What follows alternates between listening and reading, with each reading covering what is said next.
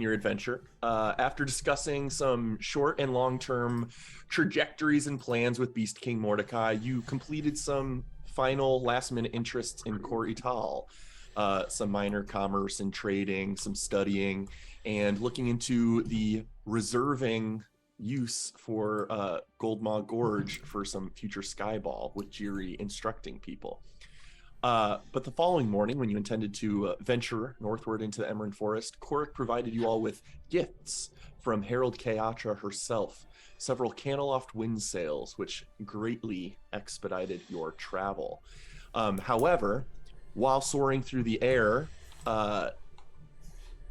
covering about roughly 30 miles in an hour or less, or a little more than an hour, a enormous avian creature, a rock, noticed your presence and began to give chase. But when you descended through the canopy layer of the forest, close to the destination you were targeting, rather efficiently, you frightened off the rock creature as well as beating a nearby troll into submission.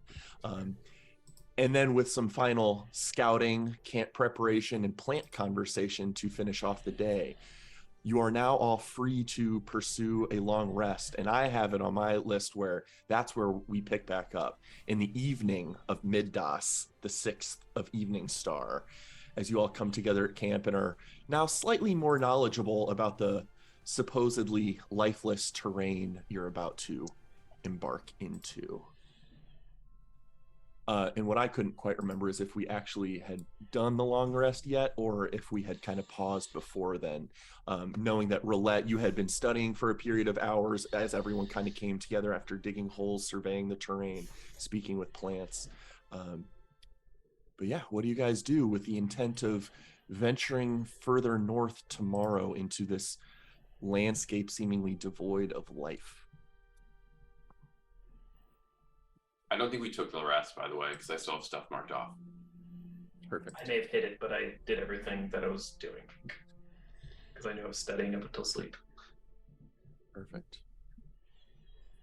Well, is there any final business conversations to be had before bedding down for the night, or are you guys okay to move on to the long rest? I think I'll spend a little bit of time just walking the perimeter and kind of like, I know we've kind of been here for a little while, but I'm just like, I want to kind of just do an assessment of like, do I think this is a heavily traversed area, or like, am I nervous that like during the night we're going to be visited by what have you, more than just like the usual night watch person would attend to? Go ahead and give me a survival check, and then you'll get some free information as well due to Toby's rather high roll in his scouting as well. Okay, 18. 18 is very good. You determined pretty quickly and are reinforced this idea by Toby that this area is very much not highly traversed. The hardening of the ground, the slightly not wilting trees, but not thriving in the same sense as the rest of the Emerald you guys have traveled in. Although this is comparatively a more healthy section of forest than the one you're about to go into tomorrow, seemingly wildlife has pulled away from this location. Very few tracks, if any. Many berries and unpicked fruits that hang in the trees, sort of unstolen by nearby wildlife that otherwise would have found them easily. So if disconcerting to some degree, you do feel you guys are safe to rest in this otherwise unthreatened area. The troll seemingly was an oddity in that sense. Everyone, I can take the first 4 hours of watch tonight if you all would want to bed down. That would be great. If you want to just tap me, I'll take a next shift.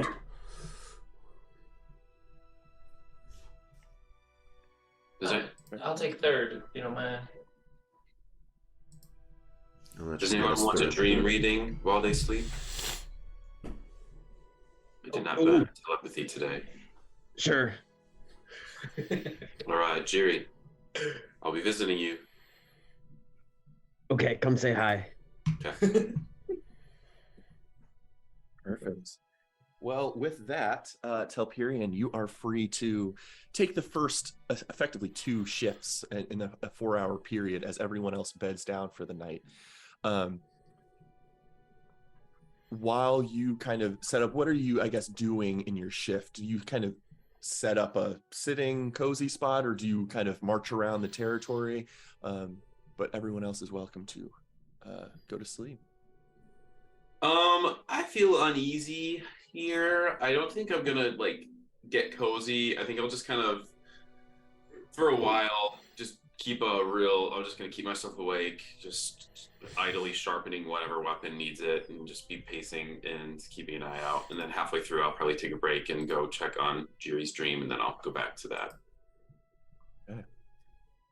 As you pause some of your anxious pacing and honing of steel edges, you definitely are able to walk over to Jiri's bedroll and start to pry a little bit. Yeah, I'll put my weapons away and I will just kind of get into a trance position almost. And where Jiri's sleeping, I'll just like put my hands near his head, which I kind of do when people are sleeping. And I'll use a telepathy. Okay. As you extend your consciousness to try and detect Jiri's thoughts within his dream, Jiri, even when sleeping and in this darkened environment, which you can tell us how the environment is, whether it's active and stormy or more peaceful in this moment, but you feel a familiar pressure of Telperion trying to get in. Do you let him fully in? Can I roll it to see if I am able to withstand it? For sure. Yeah, go ahead and give me, if you're intentionally trying to let him in, give me a charisma saving throw. 14 is my DC. Jesus. Okay. Okay. You're absolutely you're able to, in my view, fully compose yourself to willingly fail his wisdom save that he generally needs for that circumstance. So you're able to fail and allow him in, basically. Oh, I was more so thinking how we'd done it before was like, could I ward him off? Roll. So I didn't realize you were trying to ward him off. If you're trying to prevent his entry, then that would be a wisdom save. No, it's more of just like, could I ward him off, but still letting him in? You know what I mean? Okay, it's sure. Like, is this like letting him in, or does like Telperion just like force himself in? Understood. So do give me a wisdom save just to see how defensive you are. Ooh. I think that's right on the threshold of Telperion's ability. So you sense that you could prevent his entry, but you're welcome to let him in anyway. Yeah, I let him in. Okay. Before he even goes on a deep dive, what surface thoughts does Telperion gain when he just begins to look into your mind? Jiri's thinking about Jean again. He's worried about Jean, hoping that he's doing well, and then he's like regretting that he forgot to ask Toby to check in with Jean this night and wish him a good night. That's it. He's just concerned about his friend. So Telperion, as you're beginning to gain surface thoughts from Jiri, you're free to let us know how you feel about that, but I imagine there's some sense of almost eye rolling that this is what I came here for. Yeah. I'm like, God damn it, why is he so obsessed with this little man? But as you're able to apply some more pressure, you can feel that familiar sense of going deeper, and I'll shift the music for that. Jiri dream music. I like to do. As your vision almost begins to fade, Telperion, and darken, and although this whole thing takes place over the course of a minute, I believe, it feels like longer because you're getting such intimate access to a person's inner mind. And as you almost feel like you're falling into the dark depths of Jiri's headspace, what does Telperion see, Jiri? Similar scenes as he's seen before. Neural network, and then the kind of ocean of very thin water, and down below there's still kind of fragmented sections of the neural network that have seemed to have fallen off from the sky above, but much fewer than last time. And you do see, like, very far below you, tiny little Jiri, and he's like kind of standing in the water. Looks like he's like throwing something upwards. I'll go over to him and try to see what he's throwing. He is throwing pebbles up at the neural network at a specific section that kind of seems like it's dangling, like it's damaged, and it's just like hanging on by a thread. And he's like chucking rocks at it to try to like knock it down, like almost like a broken branch, like in a tree. He's like trying to like smack it to get it to fall out. Can I fly up to it? Sure, yeah. You have somewhat good control of your own position within this strange space. Who knows how you're able to affect Jiri's mind. But yeah, you can fly over to what Jiri's aiming at. So both like physically in the dream, I'll literally fly up, and then metaphorically, or like more literally, I'm like moving my attention to that spot, and like mentally, I'm gonna confirm with Jiri first. Jiri, you want this pot knocked down? Whoa, who said that? Jiri, it's me, your best friend in the world. Jiri, you can hear Telperian's voice, but you do not see him in this space within your mind. But you hear the echoing, almost omnipresent voice of Telperian echoing down to your location. Best friend? That doesn't sound like Gene. Gene, where are you? It's your fifth best friend. Oh, fifth coolest person I know? Oh, Telperian, what's up? Exactly. Do you want me to knock this pot down that you're trying to get? Yeah, get it. I gotta figure out where it goes. All right. Disconnected. Disconnected. Well, I'll disconnect it now. And I'll just like physically, like my little avatar, I want to like slash the connecting neuron, but then like more like with my mind, I'm like gonna like find that spot and try to like push it more towards Jiri's conscious. So like straining that synaptic, you know. So Telperian, you try and enforce your own will within a mind space, not your own. And it feels strange. You feel like your sword is heavy in your hands and unable to cut. However, as you swing to try and aid Jiri, you're effectively using the help action. And Jiri, whatever your attempt here is, I'll let you justify it, but you will gain advantage on a spell check or an ability check to try and pull that down. Okay, yeah, this time he's gonna try to lasso it with his lightning lasso. Perfect. So that's probably a use of spellcasting ability and therefore charisma check with advantage. This is so cool. The anime of this is just so awesome. Wait a minute, what? Didn't roll. There we go. 16's good enough to sever the connection of what was previously unreachable by you. All right, and I'm imagining it comes crashing down to the ground or to the water, makes a kind of a splash, and Jiri goes over to it and he's like, "Oh, Telperian, want to come remember this memory with me? I don't know, it's been hanging loose like that. I don't even know what it is. Come here." I swear to God, if this is about Gene, I'm leaving. And I want to dive into the memory with you, the memory pool. Okay. So we enter into the memory together. We both put our hands on it, maybe. And it's a short memory. What was it? It's like the pensieve in Harry Potter. Yeah. And it's a short memory. It's a memory of Jiri, and he's kneeling on the ground on what seems to be like a floating sphere of like land that is just falling through the air. There's clouds flying by, and it's just a small kind of piece of land, and Jiri is kneeled beside Adras.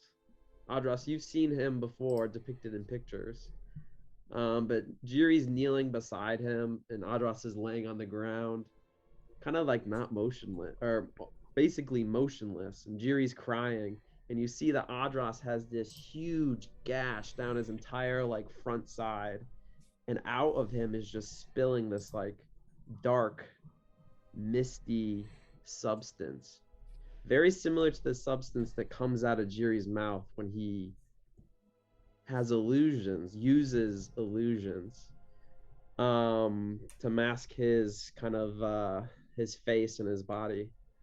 And Jiri's crying, and Adras says some final words to him, and he says, Jiri, collect my essence, store it in your glass bottle, and I will remain with you forever until you can avenge me. And Jiri takes his little bottle, and he uncorks it, and tears in his eyes, and he starts to collect the fluid that is pouring out of Adras's kind of like cracked open like exoskeleton. It's like a cloudy kind of exoskeleton that is leaking this dark fluid vapor. And you see him collecting it in a bottle very similar to the bottle that Jiri stores in Roulette's backpack. Similar, but not exactly the same.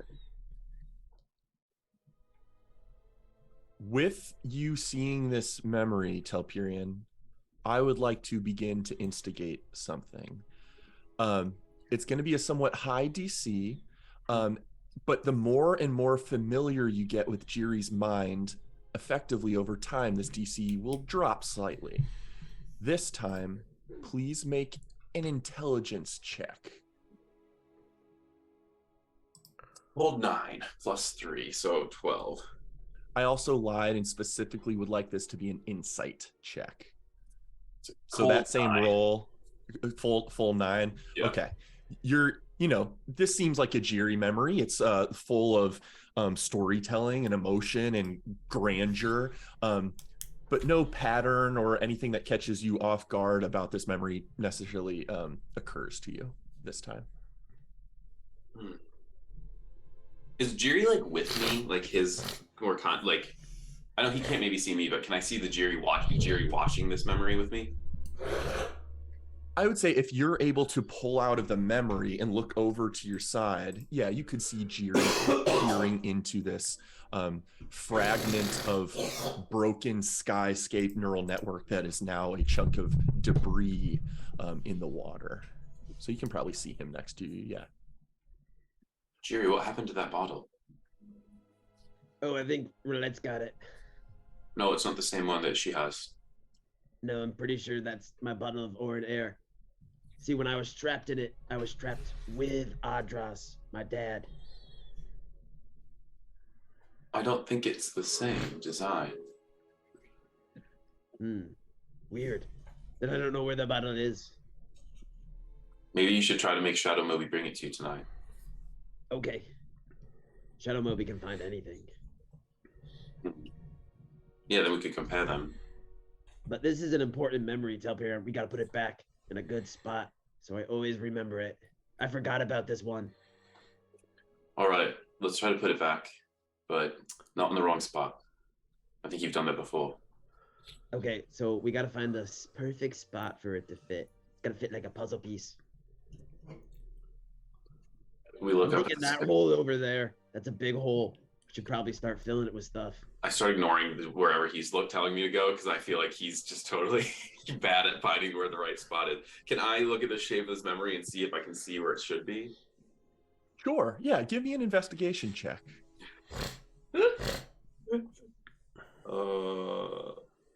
14 plus 6, 20.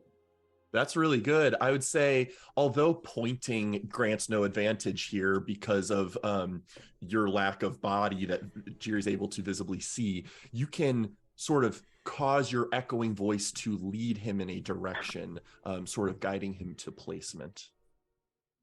Yeah, I'll do that. Like I'll try to start pulling out because I also feel like my minute's probably starting to be done. So I'm gonna as I'm starting to leave, I will go to the spot where I think it looks like it's gonna fit, and I'll just yell real loud, "Right here, Jiri, put it here," and then I'll try to guide him there.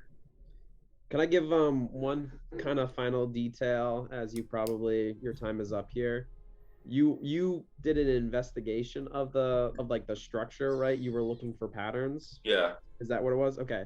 You noticed that the the network itself it's almost like it's like multiple puzzles stacked on top of one another. Like different sections seem to have a specific like way that they're interwoven with one another, or a theme, or like a pattern to it, but it's vastly different than like other sections. Like there seems to be multiple different themes where things are stacked together, if that makes sense, or how things are connected in here. And Yeah, I'm so picturing one almost thing like that you might notice is that like, wait a minute, you're trying to figure out which pattern is this one of the three that you see, or three or four that are available. okay. I'll probably call And with you. that, and Jiri, you're able to identify where the source of Telperian's final voice came from, and you're able to, at your discretion and choice, to fit the puzzle piece of that part back together before Telperian is kind of feels a pressure being forced out, not able to maintain duration much longer. Come back later, Telperion. I've got more that we've got to work on. I'm afraid your hour is up. No. Yeah, but I will. Also, Telperion, a final bit of my own insight as you are pulled out of this space. As your voice guided Jiri in the correct direction, and then you're pulled up, as you're effectively rising up and exiting this mindscape, and you see Jiri click that piece into place, you see it slide in, and almost a pulse of electric neural energy spread out throughout the landscape, partially like a storm, but almost partially like an acceptance of something into its structure. You do think that was valuably successful in some way. Who knows what Jiri's going to be able to accomplish with his goals down there, but you do get the sense that this has tangibly aided your friend. Sick. And then you are able to maintain your own senses once more. With that, I'll just go do my last 2 hours shift, and I'll kind of be thinking about like what Vanya had taught me, like, and how she's like the emphasis on telekinetics, and then thinking about like what I just accomplished with like what I know is still pretty early telepathic development, and I'll wake up Roulette after my 2-hour shift. Perfect. Roulette, you are woken by Telperion. Sure. Critter, quick yes or no. Mhm. The spell book thing.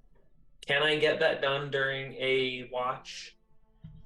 I'm going to say, because if you had started the process during like a short rest or long rest, I would say it wouldn't be considered light activity because it's so new. But you're getting a feel for the rhythm of studying this unique pattern. So I'll say, yeah, this can be considered light activity since you're more familiar with studying it. Okay.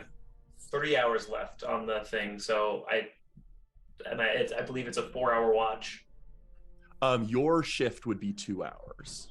Unless you want to extend that into 3 hours, you would just need to sleep 2 more hours after this watch to get your rest complete. Yeah, I'll do that. Okay.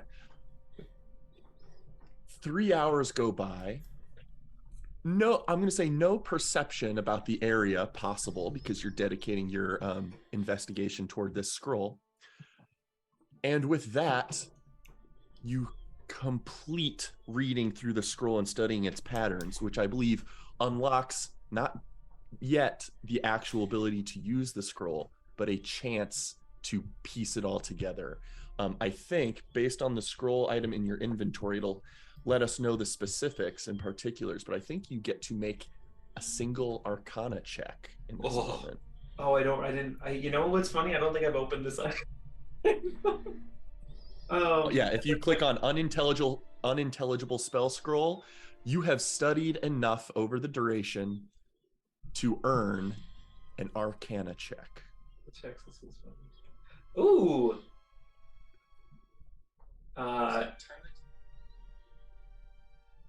I will make an Arcana check. Please do. Terrifying. Unless it's a level 9 spell, I think I can. Yeah, correct.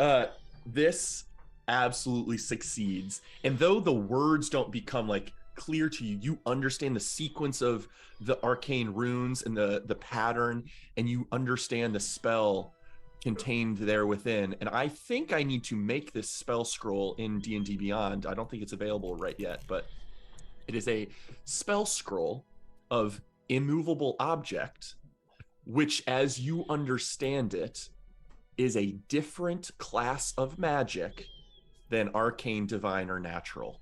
This is a different umbrella structure of types of magic.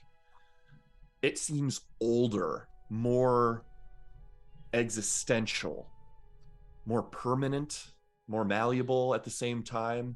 It is stranger.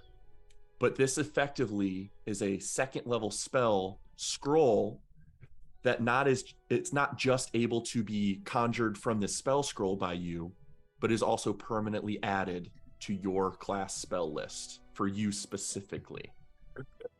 It still needs to, it's not always available. You don't have it auto prepared, so to speak, but it is now a preparable spell on your artificer spell class. Okay. What? That was the best chuckle ever. And when you complete this understanding, what do you do? I'm still frantically taking notes, and I think I kind of just wander over to Toby and kind of kick him awake as I'm still taking notes. And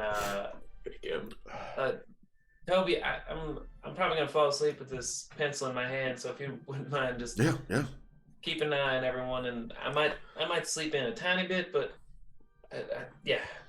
Thanks, Toby. And my notes will probably end with like my hand scrawling slowly as I fall asleep. Perfect. Needing only 2 more hours to complete your full rest, and Toby Rama awakens for a final shift.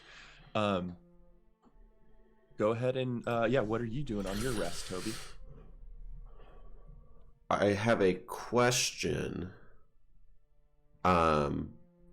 So I have essentially slept for 7, but normally it would be like 6 on a typical watch, but 7 hours, and then I have 2 hours of light activity. At what point does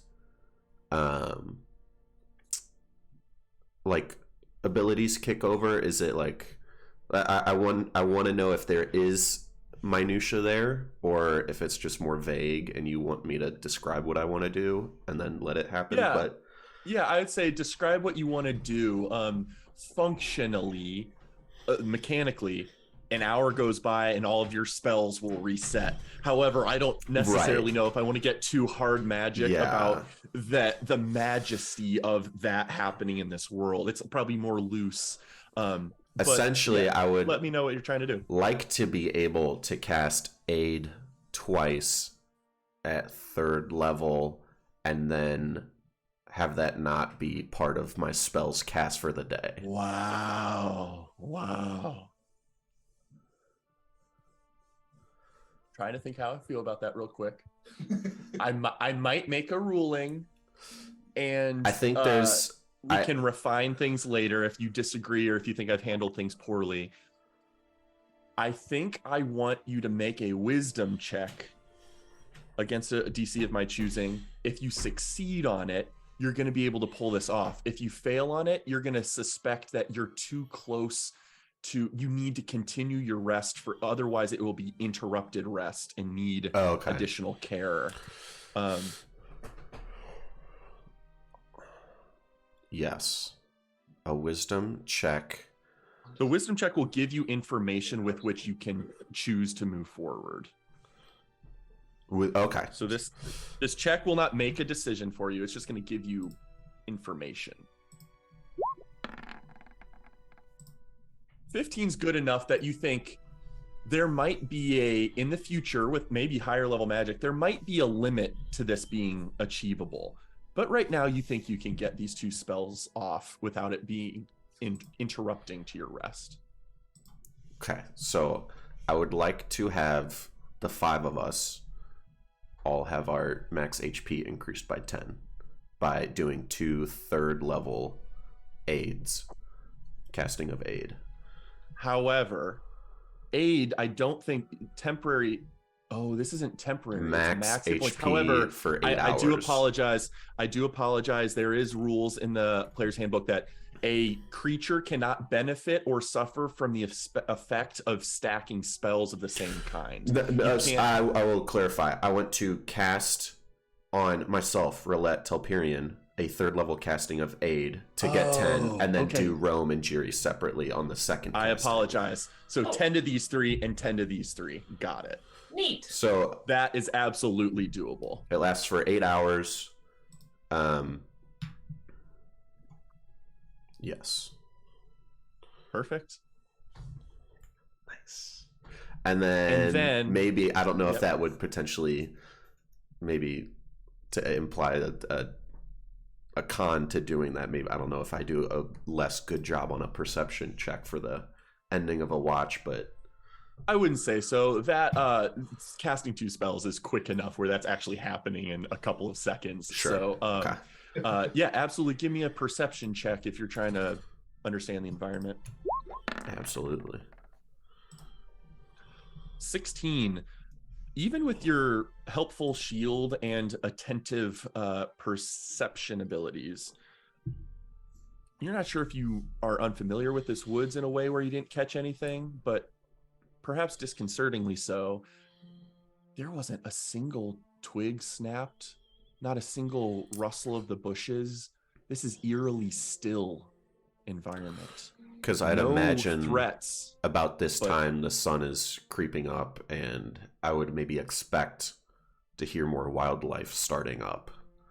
Yes, and there is none. No birds begin the morning with their songs.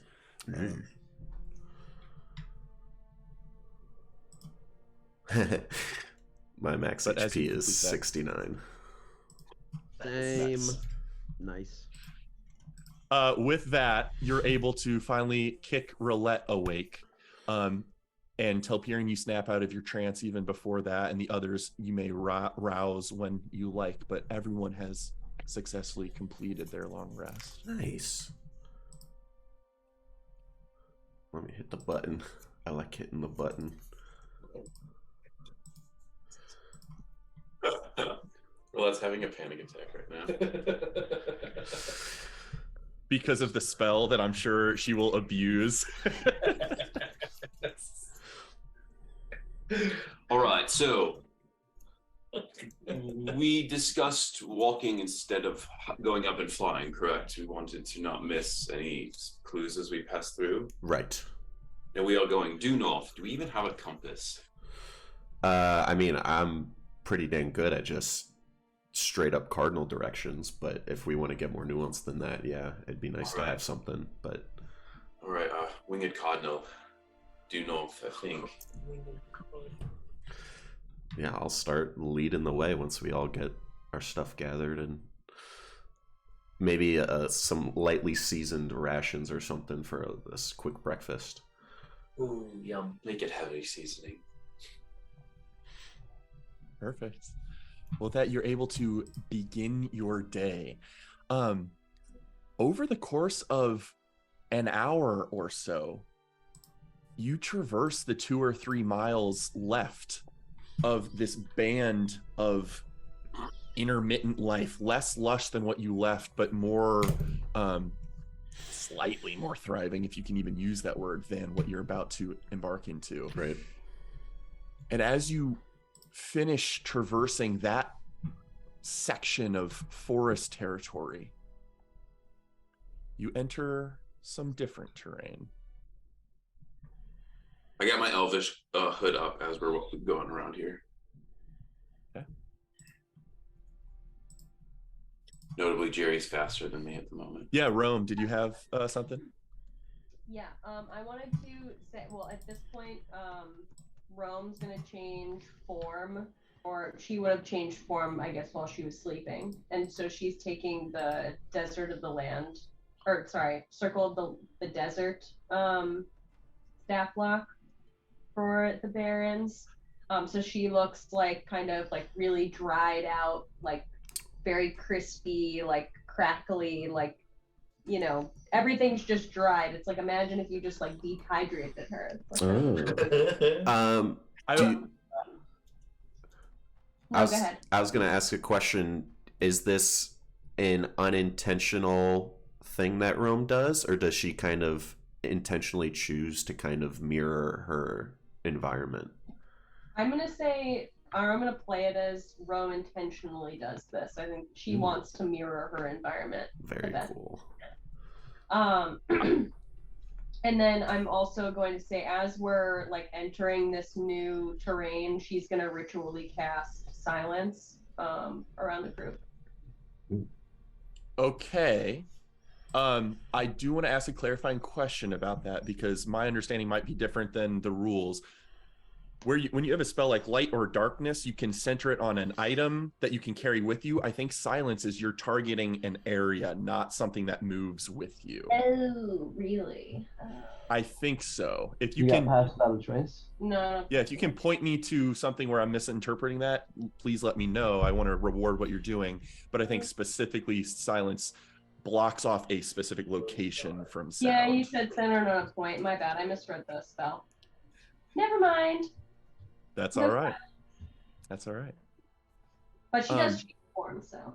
Yeah, very cool. I would say also to everyone else who has seen the creature, Rome, not one of them, Rome has taken on a eerily similar form to the Dark Dryad you guys encountered long ago. Such a woodland creature of almost charcoal, ashen, dry bark and skin, probably eerily similar to that first creature you all fought together long ago.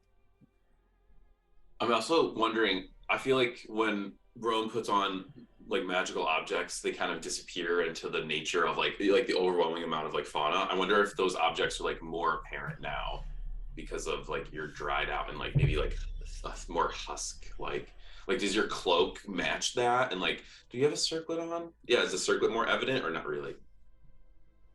Probably without, like, Rome can weigh in on some of this, but I'm going to say as DM, probably depends on the item.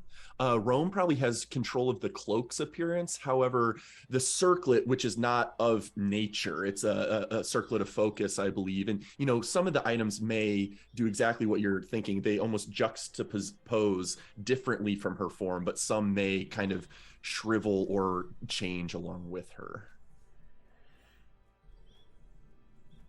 Any other info Rome wants to give?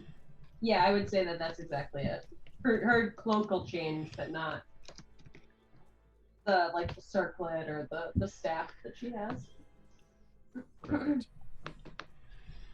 But you guys push forward and enter a terrain of black and gray and white, where it seems like almost all of the color has been leached from everything in sight. It's cold and damp and mist-ridden. Translucent silver mist is all in this environment, and time begins to lose some of its meaning, since no sky or therefore sun can be viewed from here. And in this space, increasingly so as you move forward, ash begins to drift lazily along the currents of some non-existent wind, blotting and staining everything it touches. And as you push forward, the ash begins to pile up along the banks of tree roots, and the forest floor, kind of emphasizing and furthering that graying aesthetic.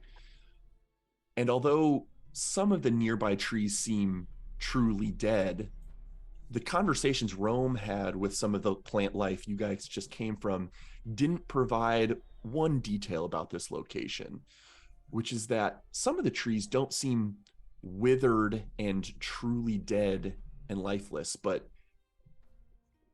petrified, frozen in place, almost like their life cycle has been paused or interrupted rather than truly killed. Certainly lifeless, but in a different sense than some of the other trees around the environment. You hear occasional creaks and snaps of woodland life in here, but with the mist so heavily obscuring everything even 30 feet away, by the time you get nearer to any auditory stimuli, nothing from your vision tells you what made those sounds. And perhaps as striking as the visual and audible horror of this place is the smell.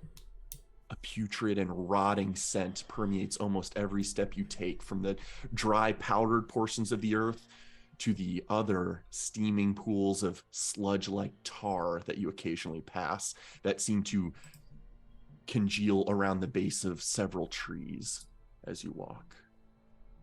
I want to take a rope out of the bag of holding and tie one part of it around just one end around my waist, and then just like hand it off in a line. And I can either go in the front and the back, but I'll say, well, if the visibility is going to start getting poor, we may want to just make sure we're not losing each other. And Jiri, I'm curious, could you like keep up a gentle gust of wind in case this starts getting toxic, and just keeping it away from our faces? Yeah. Ooh, maybe I should go in the front then and lead the way with wind. That's fine with me. I'm gonna cast Pass Without a Trace so that we can be stealthed through this area because it's spooky. MK, it looked like you had said something, but I don't think your audio picked it up. No, I was just speaking to myself. Got it. Any of us see through any of this? Jerry, what's up? I can. Oh. Go, Jerry. Oh, I was just gonna say, Toby, you should be up front with me. I will do Oh, that. Gus, you look. Okay. With Toby Rama already mentioning his interest in leading, but then with Jiri's aid, with the gust repelling some of the mist to give you guys some better visibility, Toby, go ahead and give me a survival check with advantage. Yeah, and I also think, just even to flavor it, I think Toby, before we even fully entered, was aware that he was going to pick a direction kind of using the sun, but he also is very good at keeping a path because he knows we're not about to be able to really see it based on, like, if we have to move left, he's got a good kind of internal compass of getting back on the original path. And I'll also provide the insight that functionally the space you're in is somewhat lightly obscured, almost acting like dim light, and then outward past 30 feet is heavily obscured, not visible. So perception wise you might actually be at a disadvantage, but because of your survival instincts and spending time in the forest, that is what gave you a neutral survival check aided by Jiri for advantage. Nice. Perception specifically might be hindered in this environment. Very successful.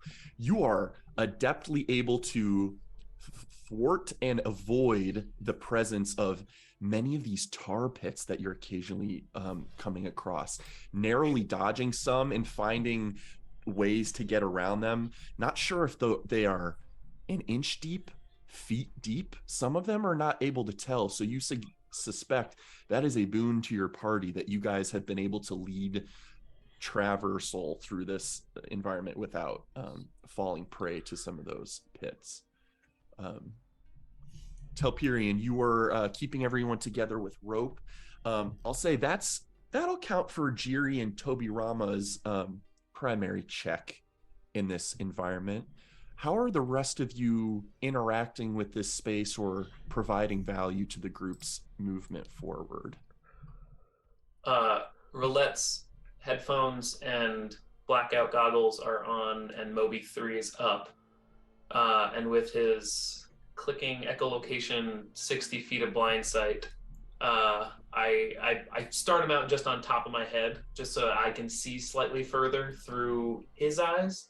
But I imagine I will be throwing him forward a little bit, trying to aid in the general course correction of the group. Because also, I will literally pick Roulette up and just carry her in my arms, and I'll be using telepathy to give clues up to the boys in the front. So if Roulette does speak out what she's seeing, I'll telepathically relay that to the boys up front. Very cool. It's the weirdest game of telephone. Yeah. Roulette, go ahead and give me a perception check through Moby 3's senses, which is not hindered in any way from the mist because of his blind sight. I never know when to use keen hearing. That would apply here. That can apply here. Okay. Yeah, so advantage. It's wisdom, so it's 2d20 +1 to the higher one of these. 11. Okay. With an 11, you're able to hear, still like everyone else, some of the snaps and sounds of movement or creaking of trees. But even with an 11, you're not able to tell if those are further than Alfie or than Moby 3's sensory capabilities or not. Maybe sending him in a direction of your choice could provide more information, but not enough to settle your nerves. It's still very off-putting, this environment, even with this knowledge that, hey, nothing threatening's within 60 feet at least. How about Rome or Telperion? Telperion, you told me how you're aiding Roulette, but is there another way, skill, ability, tool-wise, you're aiding this adventure, in same way with Rome? I'll let Rome go first. Rome casts Pass Without a Trace to make it so that we are not detectable by anything that might be lurking. I did forget to have you guys roll. Yes, you mentioned that, and definitely if that lasts for an hour, definitely for the first hour of this journey, can everyone go ahead and give me stealth checks? And it's a +10. Yep. I'm gonna roll with advantage. Stealth is dex, right? Yeah. Everyone just clarify for me, Toby Rama advantage per Elven boots or a cloak? Elven boots. Elven boots. Yeah. Jiri disadvantage because of armor. Telperion advantage because of cloak. Rome advantage because of cloak. Boots. Oh, boots as well. Oh, that's right. You got him from Karameth and Dean. Rome, Jiri. Yeah, so we got 23, another 23, 28. That's actually 30. Nat 38 by Rome. Yeah, I was talking about Telperions. That is a 38 by Rome. Jesus. And then 17 total for Roulette. 27, because that's I got a 15 wow. plus 2 yeah. plus 10. Amazing. Alfie got do me a favor and 21. just perfect. Yeah, I missed that. You all are partially due to Toby Rama's and Jiri's aid of direction around this terrain. You guys are satisfactorily not making a sound in this otherwise still creepy environment, which is a good thing, because Roulette, after a period of time goes by, probably closing in on the hour of Pass Without a Trace being up, your blind sight gives you information to your left as something has come within 60 feet of you. And tell me, how does Moby 3 relay information to Roulette? Are you getting blind sight by looking into his senses, and therefore almost like, let's, for purposes, tin enhanced eyes, kind of letting you see past more mist? Okay. Yeah, I'm just imagining. I'm virtual realitying it. Perfect. With that going on, you are stepping in about 50 feet to you guys' west. You hear a creak of wood that sounds closer, and you look through Moby's enhanced senses and see a form of something that just stepped forward and into a tree, merging with it. It seemed to be a frail, lithe, bark-skinned type individual. And you just heard the knitting and creaking of wood as this figure merged with the wood. Could I tell medium, large, gargantuan? Not only could you tell medium, but with the knowledge and past experience, it looked very much like Rome's current form. / the form of something you guys had encountered before, a wild being, a potential dryad-like entity, but charcoal ashen bark, and that just merged with a dead tree. I will whisper to Telperion, tell everyone to stop. Tell everyone to stop. Send stop signals to everybody in their head. I take a knee because Tobirama has been on my shoulders looking out from great heights. Let you off. And I'll relay that, and specifically I'll like huddle up with other people and say, I think we got another one of those dryad things we fought back in the first ruins. And moments later, you hear a similar creaking past blind sight radius about 100 feet to the east. To our right now. So like separate ones. Oh God. And this is kind of free information. With you guys being so low profile and quiet in this region, you don't think you have caught this thing's notice. So that might be information with which to use. However, there have been multiple creaking sounds throughout this environment. You're not sure if it is one entity or several.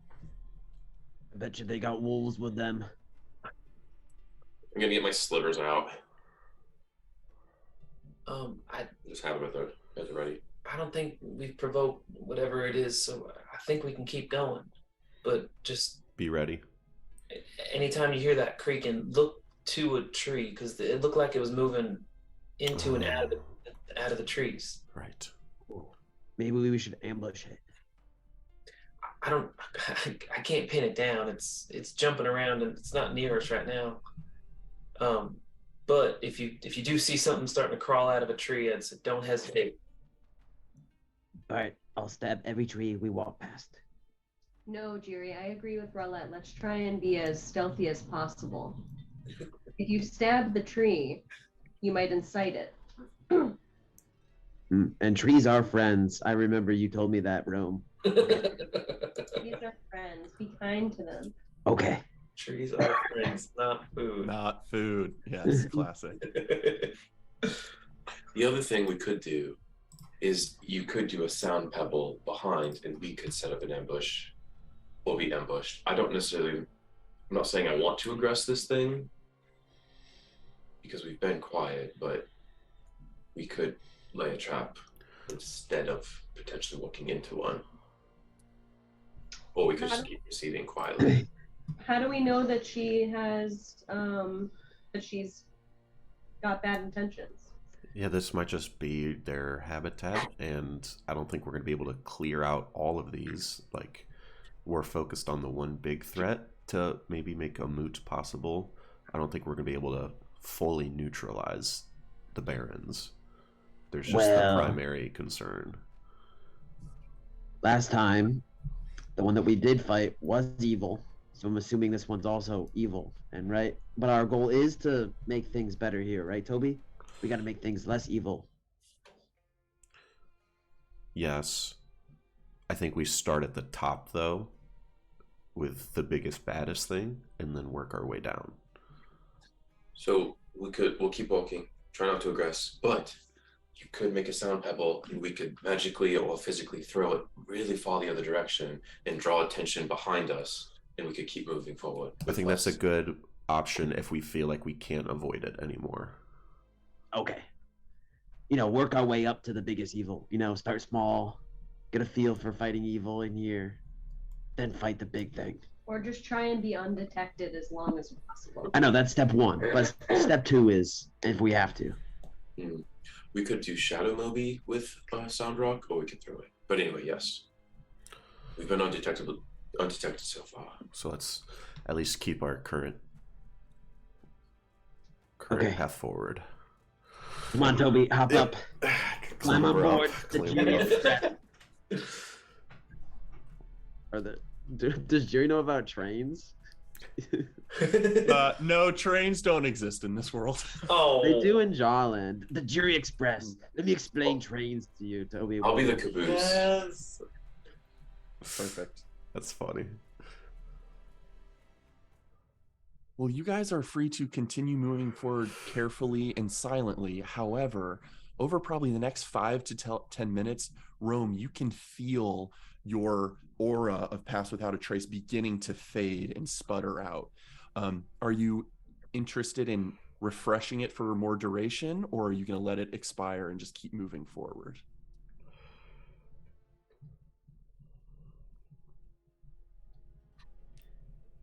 Tim, you're muted. Go ahead. I think I'm gonna. I guess I'll recast it. Okay. I'll recast it. Then we will continue the sort of exact same stealth rolls with a refreshed Pass Without a Trace, buying you an extra hour of time. I'll say with that, you guys do hear additional, even footsteps of creatures off in the distance and creaking of bark as these creatures seem to move freely between tree locations, merging with one and emerging from another, but keeping low enough profile. You don't even run into the situation where one is aimlessly walking toward you close enough to need to try your stone diversion threat. You guys are able to fully avoid an encounter with whatever those creatures are. And you're free to continue moving forward. Just at a point where it is super quiet and we don't hear any creaking, I do want to just quickly prep 3 stones and drop them in the bag of holding so that they are just not actually on my person. Sure. 2 making sound, 1 making smell, and the smell is just something really tasty, some really tasty food, just generic tasty food smell. As you do that, you move past a tar pit and see a small deer carcass slowly steaming as it has fully submerged into the tar and is almost being corroded by some sort of acidic, sulfurous potency of that tar. Not harmless and just difficult terrain, but potentially harmful as well. And you suspect, with such proximity to that smell, you suspect that may be the case all over this environment, in different tar pits, occasional bones sticking out of a small pit of tar, some not even able to tell what creature it is or how deep the tar goes, but you guys are adequately avoiding those circumstances. A period of time goes by. You've maybe traversed almost another hour into these woods, and although Jiri and Toby, leading the charge with gust navigation, are still constantly plagued by this mist, however, ashfall is getting significantly more. You're having to, even those of you that are maybe more pristine and there's a word for it, a little more into their appearance, begin to need to really brush it off your clothes like every minute or so, or it is going to kind of begin to soot stain your brightly colored clothing. We can't have that. And it seems to be definitively getting more densely populated in the air as you are moving north, as if conjured from some source in the direction you're walking toward. Hyperion is like brushing it off his armor, and he's like, "Oh, fuck this!" And he takes out a blanket and he telekinetically holds it over himself so he can't get as much ash on his new armor. Perfect. And then, as you guys are stepping forward, and you're free to converse and do whatever you like over this time frame, one thing catches your eye. The terrain is by no means flat. Although it's forest floor, there is significant drops in the topography and banks around which you need to climb, tar sometimes gathering as a liquid does in the crevices and bottoms of any elevation it can find, within tree roots, around the bottoms of small banks and topography. And you guys are walking, and I'll say Rome and Toby specifically, with your high passive perceptions, notice something dangling from a nearby tree, almost like a pendant, seemingly a small metal chain dangling this large cylindrical shape at the bases of it, about maybe 30 feet off in the northeastward direction. Right as it kind of comes into view, you guys flag it as just hey, we've been walking in this territory long enough for something different to catch our eye. Roulette, do you have detect magic available today? Me neither. Me neither. Wait, I don't think I do. Oh, I do! I unprepared something else. What did I unprepare? Identify. Oh, no, invisibility. I do have detect magic. Do we want to take 10 minutes to do that? Or do you want to just cast it? How far away is that thing? It's not touch. I will. I wouldn't mind 10 minutes to cast detect magic. Upon hearing Toby say that, I will first. We're like 30 feet away from it. Yeah. I'll first have Moby 3 go slightly closer to see if he can get a better look at it. You send Moby 3 over in that direction, and as it comes more clearly into view, as it was kind of on the periphery edge of your radius of sight in this landscape, it just seems to be like a deep iron metal pendant at the bottom of like a bob on the end of a chain, and there is a hollow recess into it, and there seems to be some sort of carved rune etched into the metal within the back of that recessment. Do I recognize this rune as like an arcane magic kind of thing, or no?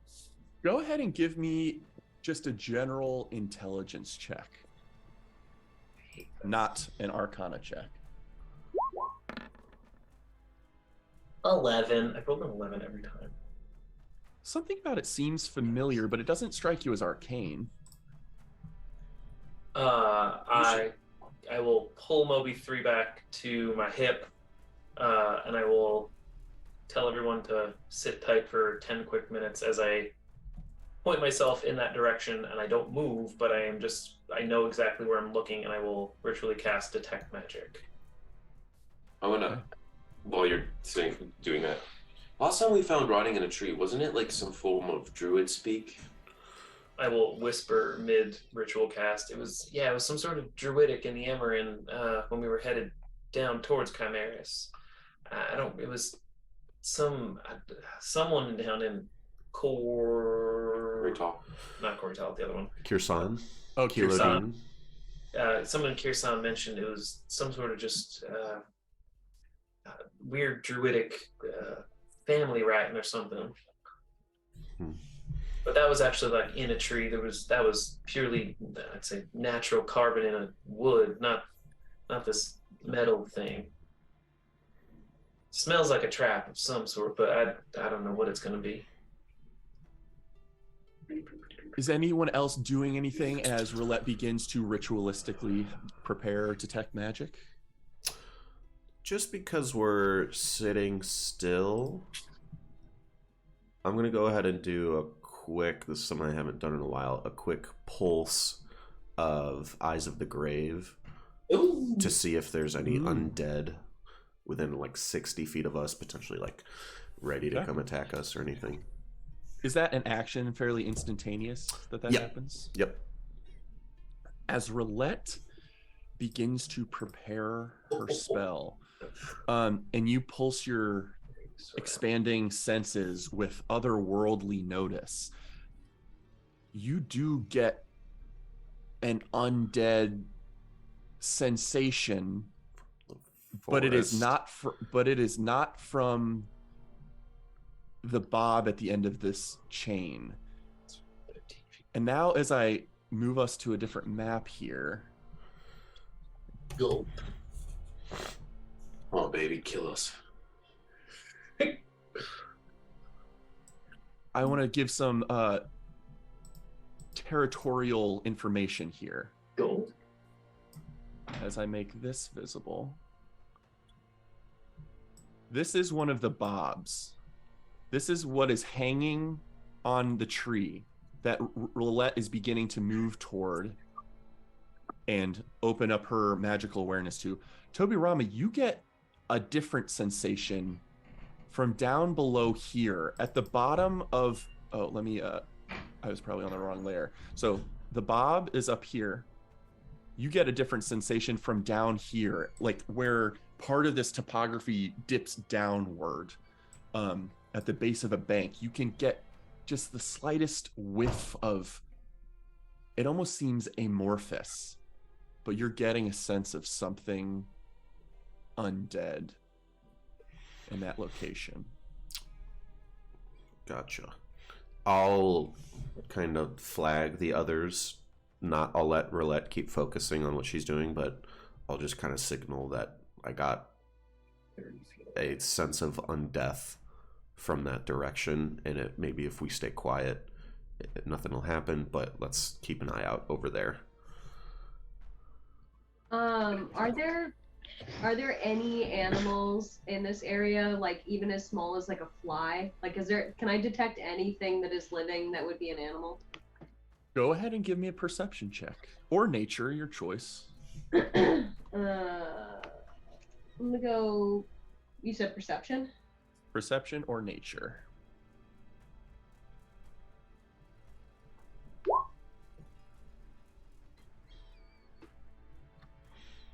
Let me make a roll.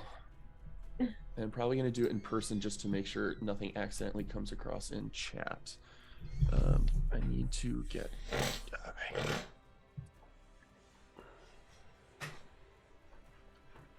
Check a thing. Jiri draws his sword, just to be prepared. Rome. Past the mists, over in a direction, over west,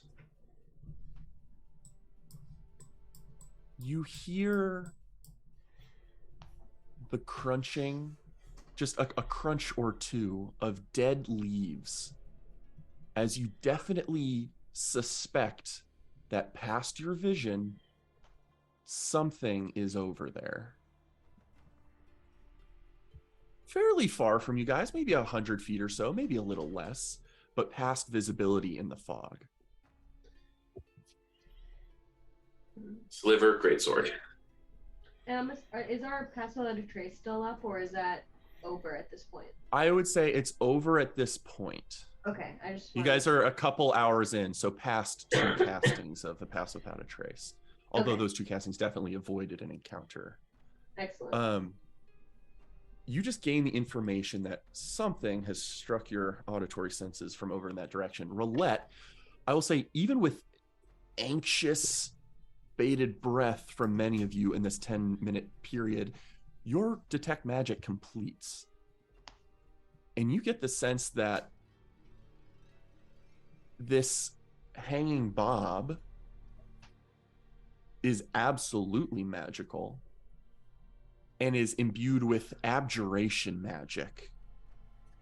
And it is slowly, rotating back and forth depending on what the chain allows it to do. Not a full 180, but back and forth 10 or 15 degrees, oscillating, just swaying in the non-wind of this space. You may have to investigate it closer to gain more information about it, but it's absolutely magical with abjuration magic, and I will give the additional information that it seems to be a piece of something. Can I so I'm like 30 feet away from that one up there. I want to take like 5-10 feet south of where I am, essentially where Telperion just went. And I'm going to walk very slowly, and I want to see if my detect magic picks up, because you said a piece. I want to see if I just get another ping anywhere else. Based on that location you moved to, something else does come within your 30-foot radius. Down at the base of this bank, something more full seems to strike your magical senses. Not a piece, but separate and fuller. Oh. Also of abjuration magic. And I'll, again, reach over and say, that's where I was getting undead senses from. Yeah, and I'll whisper this. I don't know what it is, but we're close to some sort of highly protected area or lair or prison or something. I don't know if it's a gate keeping us out or a cell keeping something else in, but I could go see what it is if you guys really wanted to know. Safely, I imagine. I'm gonna hide. It's really misty in here, so if I mist, nobody will tell the difference between me and the mist. Because I want to do this before anything happens. I have my hood's up, and I just want to kind of like melt a little bit into the shadow of my cloak and try to like stealth. Okay, go ahead and give me a stealth roll. I think that's a good idea, Jerry. 13. Okay. But things perceiving me are at disadvantage. What do you think, Roulette? Good idea? My only fear is like if this is some kind of mousetrap that you get too close to and it doesn't care if you're missed or not and it snaps on your tail. Then I'll bite my tail off and escape. That's certainly one way to do it. Infallible logic. Give me just 1 second. Let me just see if I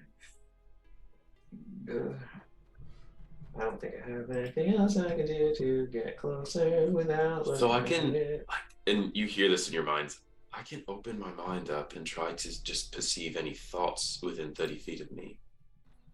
But I can only do that first, and then if it's got thoughts, I'll go see what it is. I can only do it for a minute, and it's not a big range, so I'd have to venture in a little. I can stealth like this. Can anyone help me be even less? I'll just give me a minute. Can anyone make silence happen or something? Like make it so I don't make a sound before I step in? I can, and I cast silence on Telperion. Well, and I'll point and be like, well, I'm going to venture over there. Is that where you can make it silent? Like yes. Do you feel like I have the time to do this within maybe 10 minutes time, or do you need this to be immediate?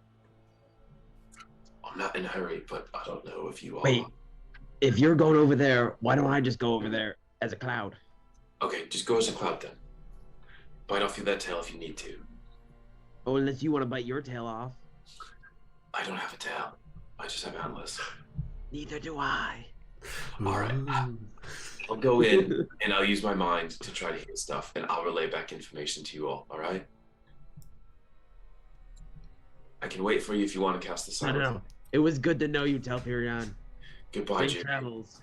If I die, I'll never read your dreams again, so good luck with those memories. And I'm saying that in your head because I don't want to break my stealth. Are we waiting 10 minutes for silence? Do you guys want to wait? I'm fine with waiting.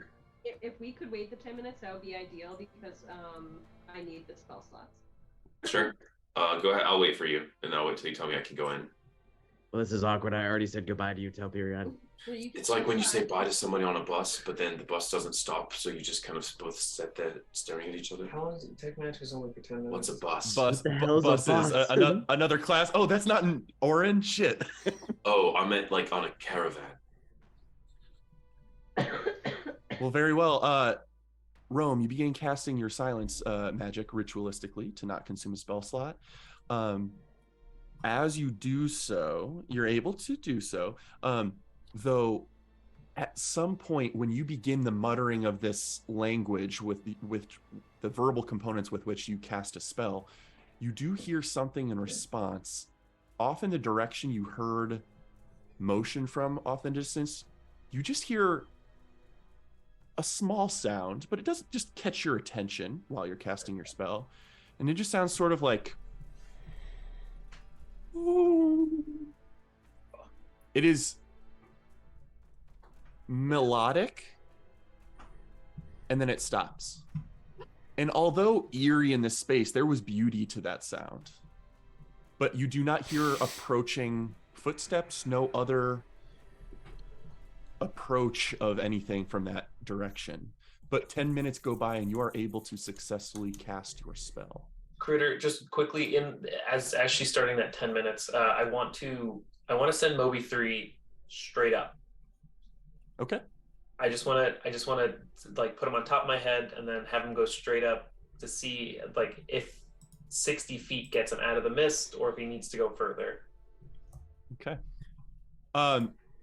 You send Moby straight up and 60 feet. Yeah. 100. 120. No, he has 100. not. Oh, 100's max. He can go. He can go further, but if Okay. he hits 100 feet, I'm bringing him back. Okay. He gets close to 100 feet, has not breached the mist. He does detect the location of an additional bob on a chain high on the tree, the dead-end tree that you guys are right next to.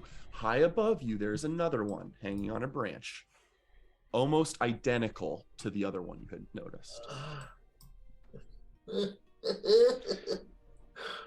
I bring him back down. I let the group know. I don't know if these are protective charms of some sort, but I just say if you see more of them, call them out so we know where they are.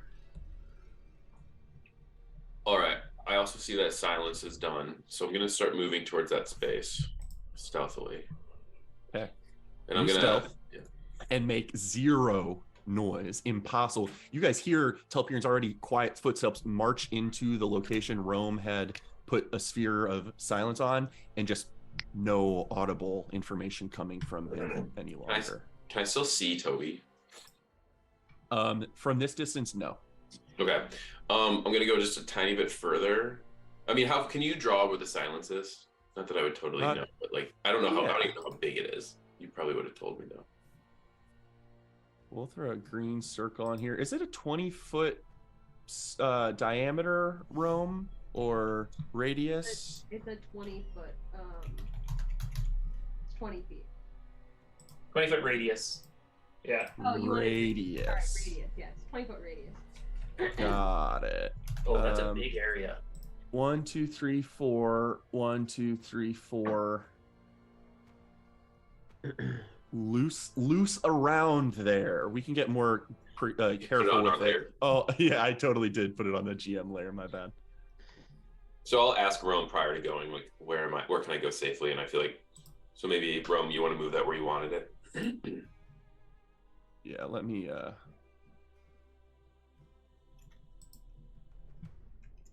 think I moved something else, but token layer, and let me give it the mark of.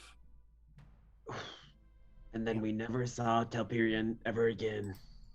Or hurt him. Or hurt him. I can't seem to give permissions to let this be moved, but we'll assume it's like in a beneficial area for you guys to explore in. Okay. Well, I'm gonna get over here, and then I'll cast Detect Thoughts. So the way I'm gonna be using it is within 30 feet of me, as long as something's not behind 2 feet of like stone, I can hear thoughts within 30 feet. Okay. Also, I'll move to the map layer the location of another bob, which Roulette had sensed when Alfie went directly up. Critter, and I'm not looking at the map, so I'm going to ask this question honestly. I wanted him to get a look at the inscription on it to see if it was similar or different. It is different. That it's totally fine. The different letters here aren't a spoiler or anything. Okay. It is a different runic inscription etched into the stone or the metal recess of that pendulum bob. Okay. Telperion, you are able, and I can also tell you what those look like here in a second. Telperion, you open up your mind, and what is the radius on your thought gathering? 30 feet away from me. So okay. How thick of metal does your thought gathering penetrate? 2 inches of metal. Okay. You do not gather any thought data in this experiment where you are currently standing. So the spell can penetrate barriers, but 2 feet of rock, 2 inches of any metal other than lead, or a thin sheet of lead blocks you. You can't. Got it. So I don't hear anything currently? You do not hear anything currently. Okay. I'm gonna... Oh, fuck. I don't really have anyone's permission to do this, but I want to throw something somewhere. See if I can't jostle something. Is there, like, debris around me on the ground? Sure, yeah. I mean, yeah, a dead-end stick, a rock. Yeah, I'll take a some dead-end sand. stick, and I'll just kind of maneuver here, thinking that I'm probably hitting the perimeter of this silence. So I'm gonna pick a dead-end stick, and I'm gonna levitate it, and I'm gonna move it this way, and I'm gonna so 30 feet that way. Or no, I have a range of 60 feet, so maybe 40, and I'm gonna put it high up, and then I'm gonna kind of throw it to the ground. Okay. Smash it on the ground. You're able to do so. The rest of you all hear the distinct sound of a twig snapping not too far, 30 feet to your north. And Telperion, with you knowing you were going to do that, I'll give you a perception check with advantage to see if anything reacted to that specific noise. Oh my god, that was probably Telperion's leg breaking. 11. 11. Nothing seems to move or respond to that stimuli. Dang. Jerry, you probably can't hear his screams either. Oh no. Mm. So scared. Okay. I start moving back, and I can probably actually hear I can hear Toby's thoughts at this point. Yeah. As well as when you get there a little closer, you can't catch the faintest. You hear Toby's surface thoughts up in that direction, but then you just hear a like the faintest whisper. Nope. From this direction. Oh, okay. Can I'm gonna move closer, and I'll send the message to Toby because I can probably see him at this distance. Yeah, he's on a bank about like 15 feet higher than you, so it's probably stretching the 30-foot mist range radius for vision, but you can see him. I'll say, Toby, like 15 feet south of you, there's something making some kind of infernal noise in its mind. I'm gonna strafe this way too, just to see if I can't hear a little more clearly. Does this line up with my initial pinging of a source of undead? It does, and Telperion, when you move to there, you get 2 more pieces of information. Behind you, up in a tree limb, an additional bob hanging from a chain. This one lower, probably within reach by you if you went over to it. As well as a door, a sort of metallic slab built into the underside of this bank right here. Toby, there's a door right beneath you. And there are markings on it. With markings on it. Is the thoughts coming from the door? Some version of thought seems to be is reachable from behind the doorway. And you just see mist almost slightly repelled from this doorway frame. I'm going to wave over the group to potentially be ready to hop down from this bank or do stuff from up high. If you want me to open that door with my mind, I can, and I'll get a glimpse of thoughts before something happens, but it'll start some action. We have to decide fast before my spell goes. And I send that out quickly in a burst, if anyone, and I can hear your thoughts actually, so if anyone has a quick thought reaction. Toby's thought is, yeah, let's, like, if it's going to be hostile, we can ambush it better from up above on this bank. Okay. If you draw it out towards you. Roulette, should I try to move that amulet before I open the door? And I'm like, some urgency to my voice. I don't know what they do. I'd rather not touch them. They're probably gonna explode. I whip open the door with my mind. And I step You outside. tug it, and the metal does not budge. Yeah. Never mind, I can't. Metal doesn't budge. All right. I just want to get closer then to the door a little bit to see if the thoughts get any stronger, like more clear. It is still hard to hear the thoughts, but it's like a I lean in. we wish for more. What? Where are you? Join us. Roll. If we go in here, someone's fucking dying, but it could be really fun. Crit, do you know how long on my telepathy I have left?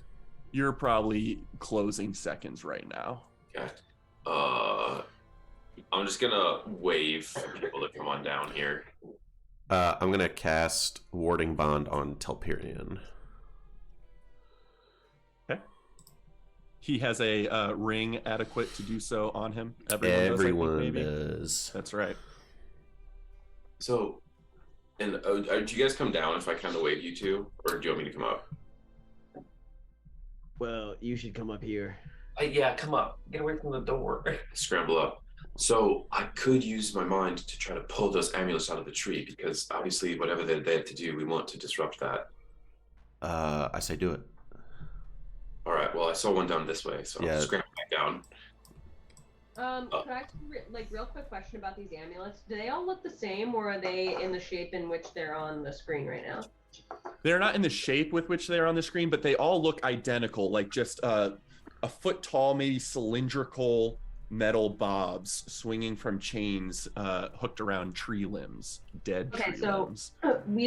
There's a reason why they're W, C, and V, but... Yeah, you guys just haven't inspected them closer, except I was going to give this information to Roulette.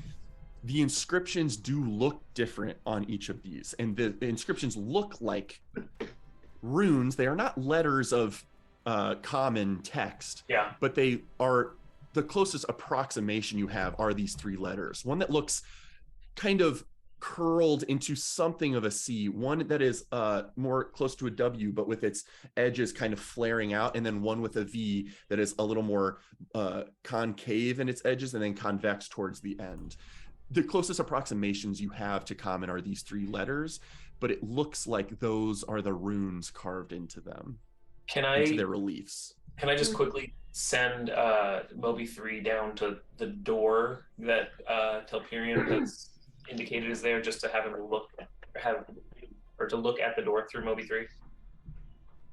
There is a single runic inscription, not inscription, more of a symbol etched into this metal door, and the door seems to be made from the same standard iron metal as these pendulum bobs, and it looks like something of an intricate symbol etched of a flowering plant. You can kind of identify different aspects to it, its subterranean roots, its stem, its flowering canopy top. Nothing that matches the symbols on the pendulums. No, completely different in its symbol. Also, I told you guys what I heard it thinking, whatever the voice thought was. Would you say that all these symbols would be considered like glyphs, or does it look like it's like an actual language? You have not looked at them carefully yet. Only Roulette has seen them through the eyes of Moby 3, so Roulette could describe them to you, or you could go investigate closer. I would like roughly draw them and show them around Okay. to the group. Yeah. Also, So you, Rome, do you speak Druidic, I believe? yes, I do, and then I also have the ability to comprehend languages with the head witch's gardening cane. So You very quickly identify these as Roulette kind of inscribes them into the mucky, kind of tar-stained earth, the symbols. And you see 3 of them, and they're very clearly Druidic. Druidic does not have text for a language in the same way other languages do. It's closer to like hieroglyphics, where different symbols and runes mean different things, and you can gain from them story information, like Kinsalo when he read the inscription on your Divinor vase. He was able to gain understanding of what they should mean, even though it's not quite text. These 3 symbols mean seed and growth and blossom. Oh,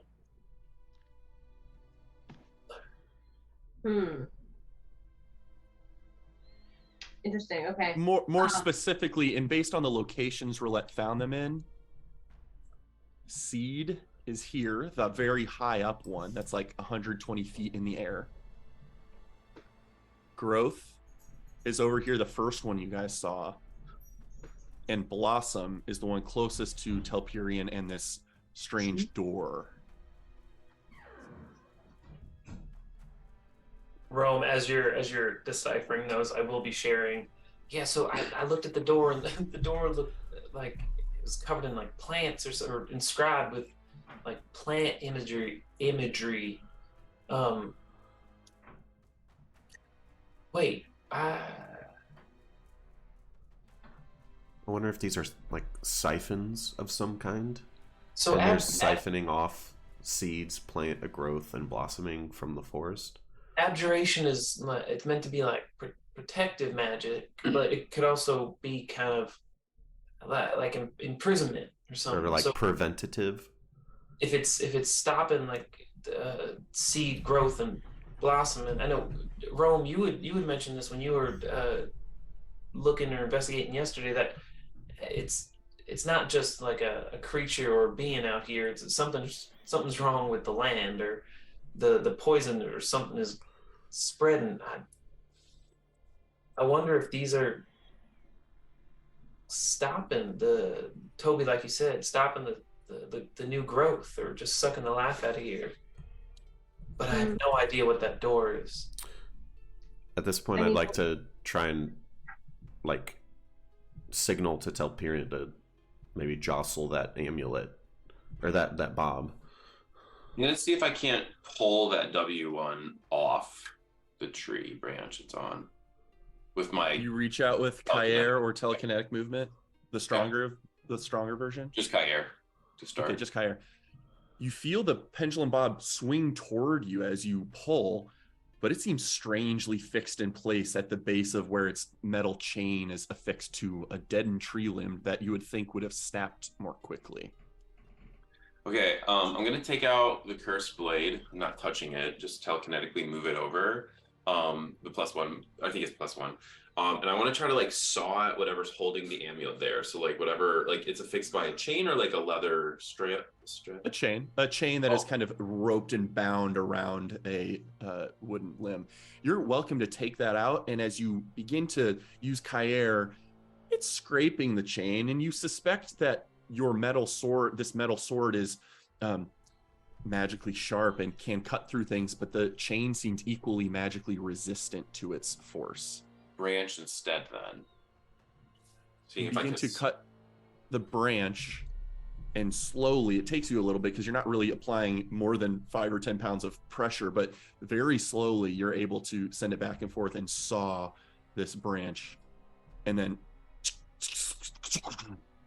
kind of a cloud of ash kind of billows up from the landing of this limb, and you hear the chain clink together as it lands on the forest floor. I'll bring back the sword and put it in the quiver, and then I'll bring back, and then I will try to levitate up the amulet with Kair. It does seem too heavy for levitation via Kair. And that wouldn't have made a sound, correct? Silence is still in effect. Oh, that's true. So you would have seen the ash billow up from the falling of this, but it did not make a sound. You're absolutely right. Okay. I'll level up the pressure then, and I'll use the telekinetic movement to try to bring it, just levitate it up and like slowly bring it towards us. But like I'm kind of nervous about getting too close to it. That was the whole point. So I'll like kind of keep it like a little above our heads and kind of just bring the branch and the amulet together over. Okay. You are able to bring, with your enhanced version of this, using your telekinetic movement or a side eye or however you do that, lift it and pull it over to you all's vicinity-ish. It's probably suspended 10 feet above you, 10 feet away from your friends that are also up and above you on the bank. This proximity doesn't seem to concern you. Nothing has invaded your mind or affected you in any way. Can I just look at the magic I'll users? I'll point to a spot on the ground where Telperion should drop it. Okay. He's able to set it down in that location safely. This is the one noticeably that had the rune, the druidic glyph of sort of blossom.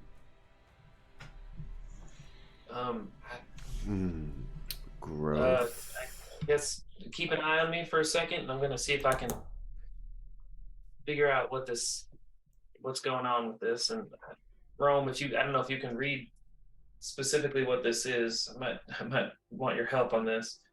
I'm going to take out my eyes of minute seeing, and I will start to get close to this thing to see if I can inspect it.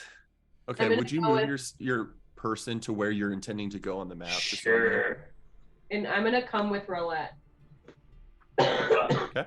I am gonna assume that Rome, stay where you were, because I was gonna come to you. That the thing is right here at the intersection of myself and Rome. Okay. I'll pull it over there.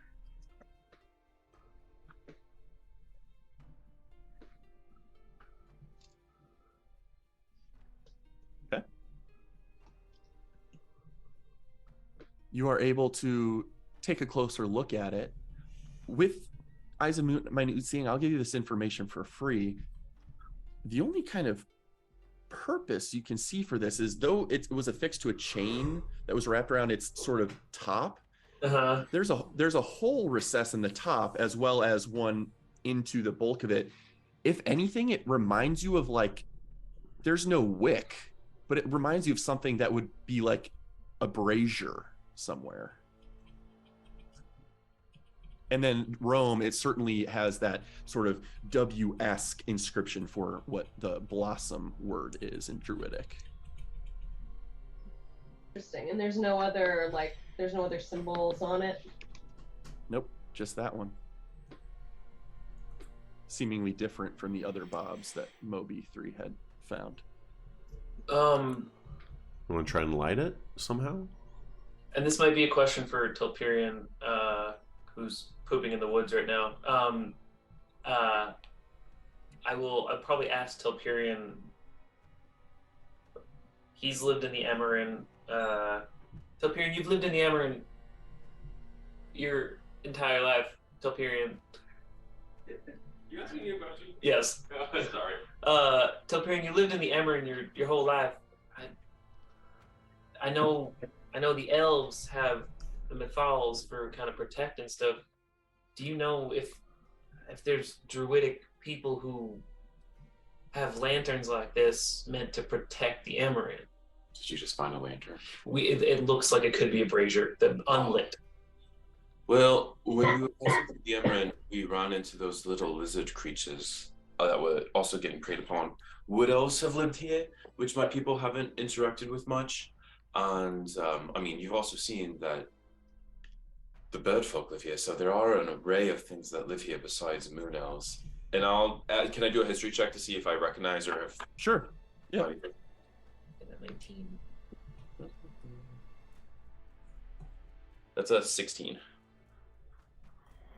With a 16, you would know that, yeah, it's very possible and or likely that other populaces have had use for ritualistic magics. Perhaps if this is meant to be a brazier, maybe it is a magical brazier meant to be a puzzle piece in a ritual of some sort, though you're not sure what, populace or species might have used this. But what were the three? It was seed, something, and blossom. Growth. Seed, growth, and blossom. Should we just light it, Jerry? I light my finger on fire. Oh, wait. Yes. Do you think we'd have to do it in order if it's... Yeah. Let her do it. Sorry. Oh, yeah, good point. Because this would be blossom.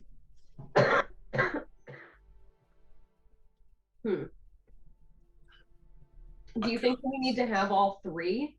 Because the other two are not anywhere near us. And we also dismantled this one, like we took it down. So do we need to arrange them in a particular, put them back, or do we have to arrange them in a particular configuration? Or just light them? Roulette, how long does Detect Magic last? Is it still up, or would it have No, disappeared? That's done. It only lasts 10 minutes. Yeah. I think maybe it has to do with the order, seed, growth, blossom.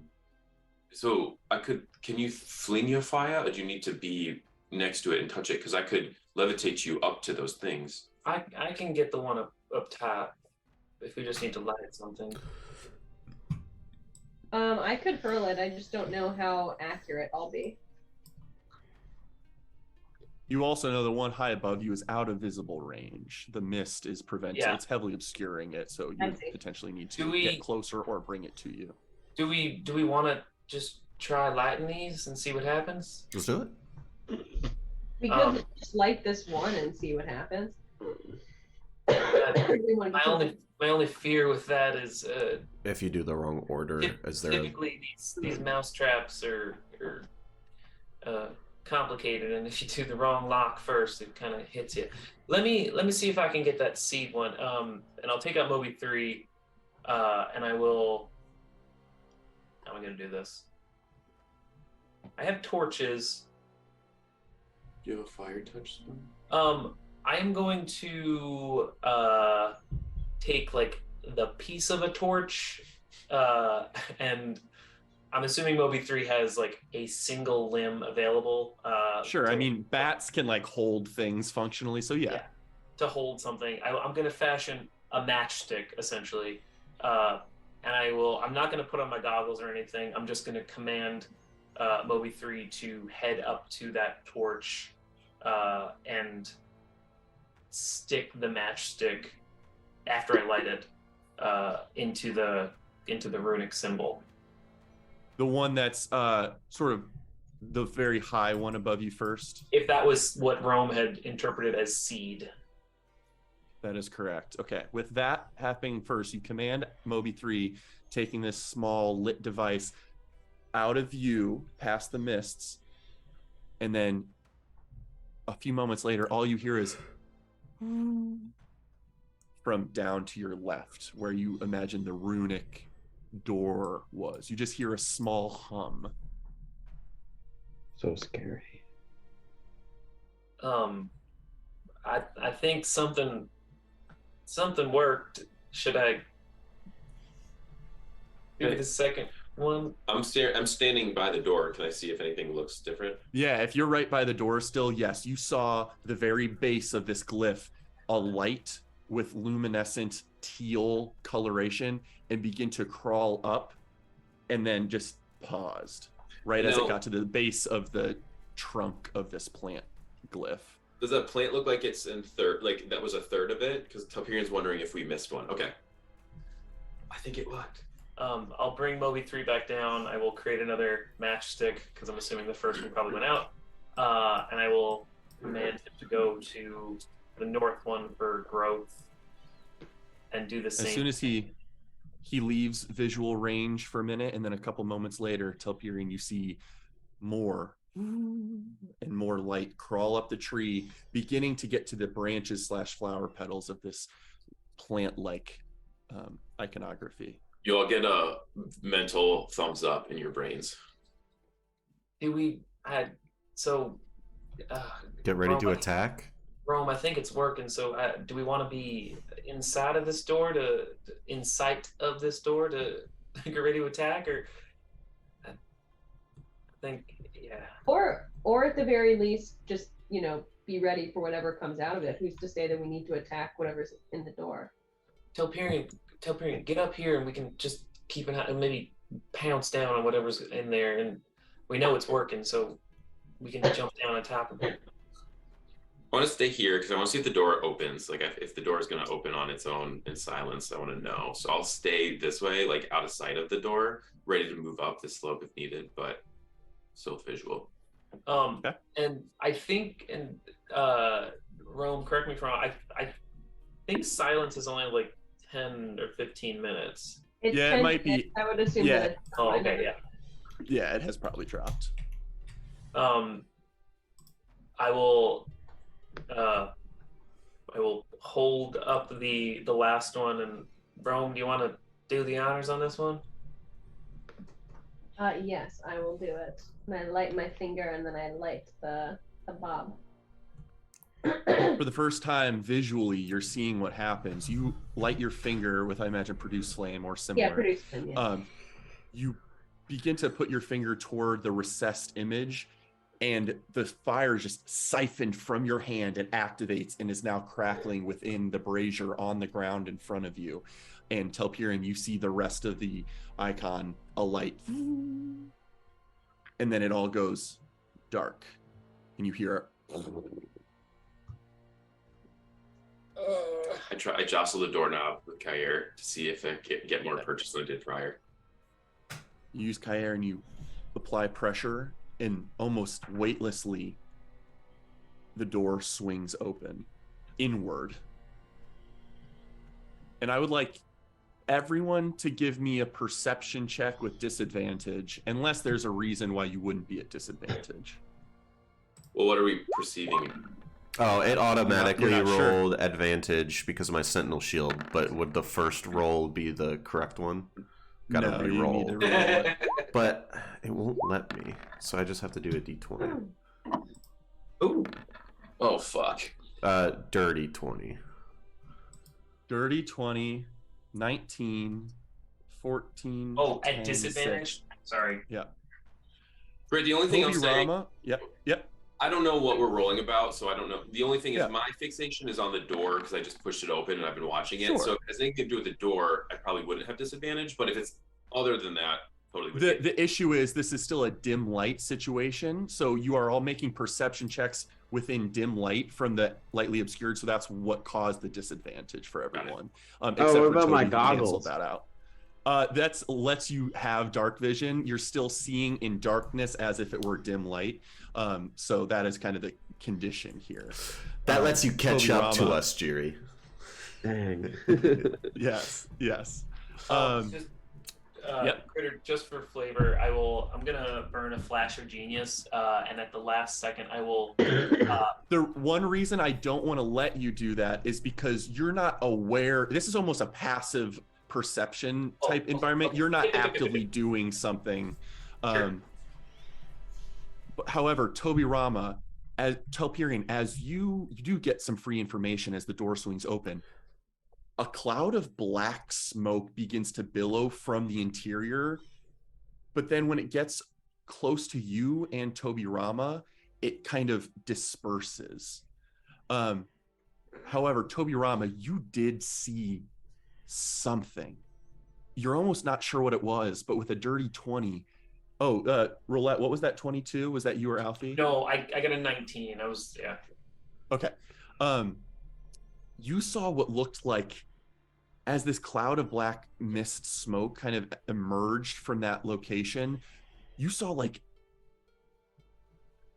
motion from something dark just move quickly and then disappear into the surrounding environment. As in, do I think it might still be enveloped in this black mist, or do I think it's like gone further than that and is The black mist is dispersing rapidly with every passing second and becoming no more existent anymore. And in that moment, you were granted sight on whatever that was, but as the smoke continues to dissipate, you're not sure where it is. You don't see anything. I had detected some sense of undead, and so in the case it's near us, I'm just going to do a quick turn or potentially destroy undead use of channel divinity, and just in case there's something within 30 feet that can see me. Go ahead and for that, is it a radius around you? Yes. Okay, go ahead and tell me what happens and sort of what tier of creature is affected and that sort of information. So any undead creature that can see or hear me within 30 feet, because I do an action to speak a prayer. So within 30 feet of me, see or hear me must make a wisdom saving throw. If they fail it, they are turned and must flee me. And if they fail it and are less than a CR of 1, they are instantly destroyed. Okay. So is that a wisdom save, you said? Yes. Against a DC, is this DC affected by things that try and, like, you have things that buff your spell save DC? I don't know if this is considered the same thing. Or it is not a spell save DC. It's just 16, which is like what my save would be without the medallion, essentially. Got it.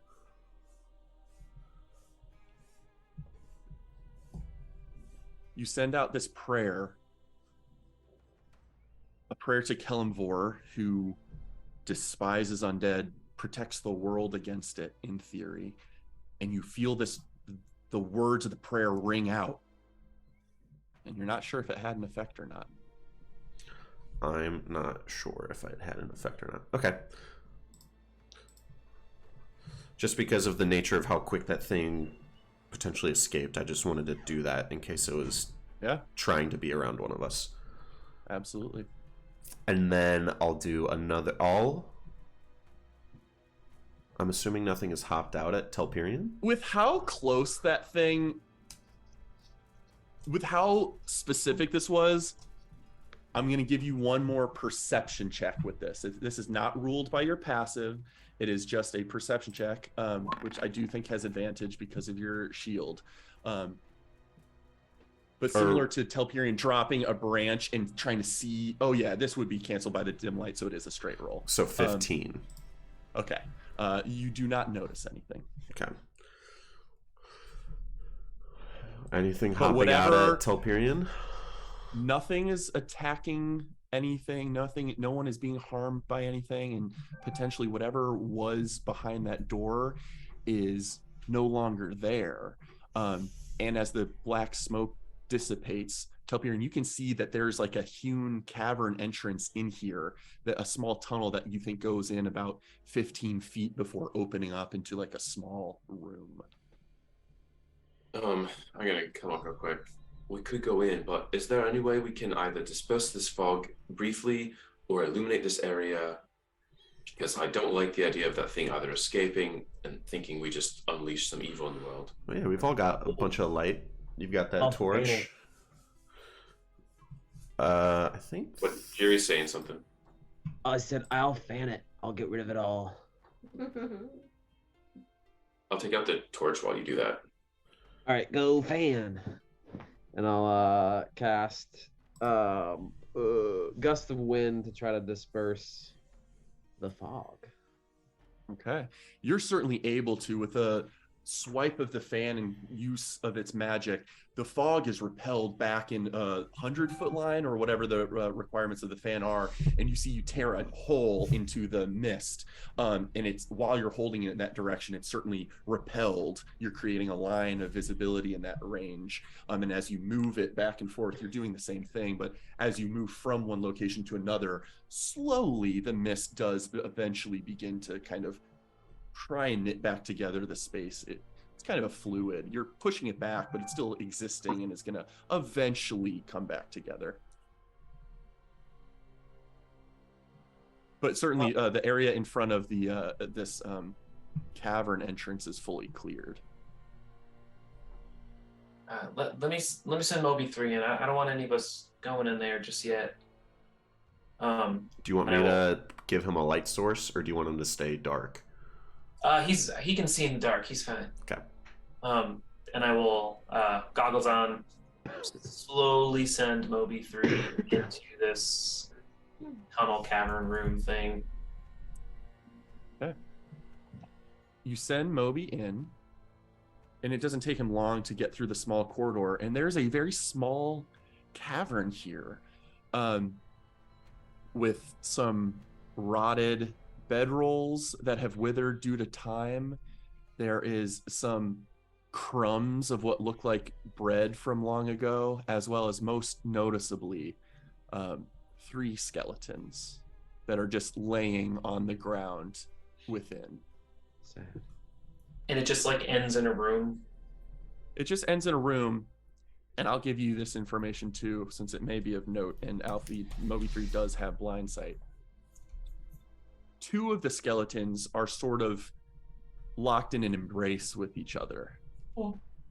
Another of the skeletons is shorter in stature than those 2 individuals who have tails as part of their skeletal structure. The shorter individual is void of any tail, but there are like, he seems humanoid and then dwarven as Moby 3 gathers more information, though his skin is hardened in places, almost as if scales adorn the top of his delts and onto lower in his arms. And along his forearm, Moby 3 is able to pick out the difference in texture and coloration, even in the dark, of what looks like some tribal-esque tattoo all along his arm. And if you're looking through Alfie's senses, you would get a distinctly familiar feeling from that. It's a different pattern than the one you have on your hand. Branded. But it is similar in swirl and motif. Roulette throws out. Roulette, like, the second she like saw the tails, I think she started putting it together, even before the narrator in her head started giving her more information. she fully rips off the headphones and goggles and just kind of pukes at kind of the sudden realization.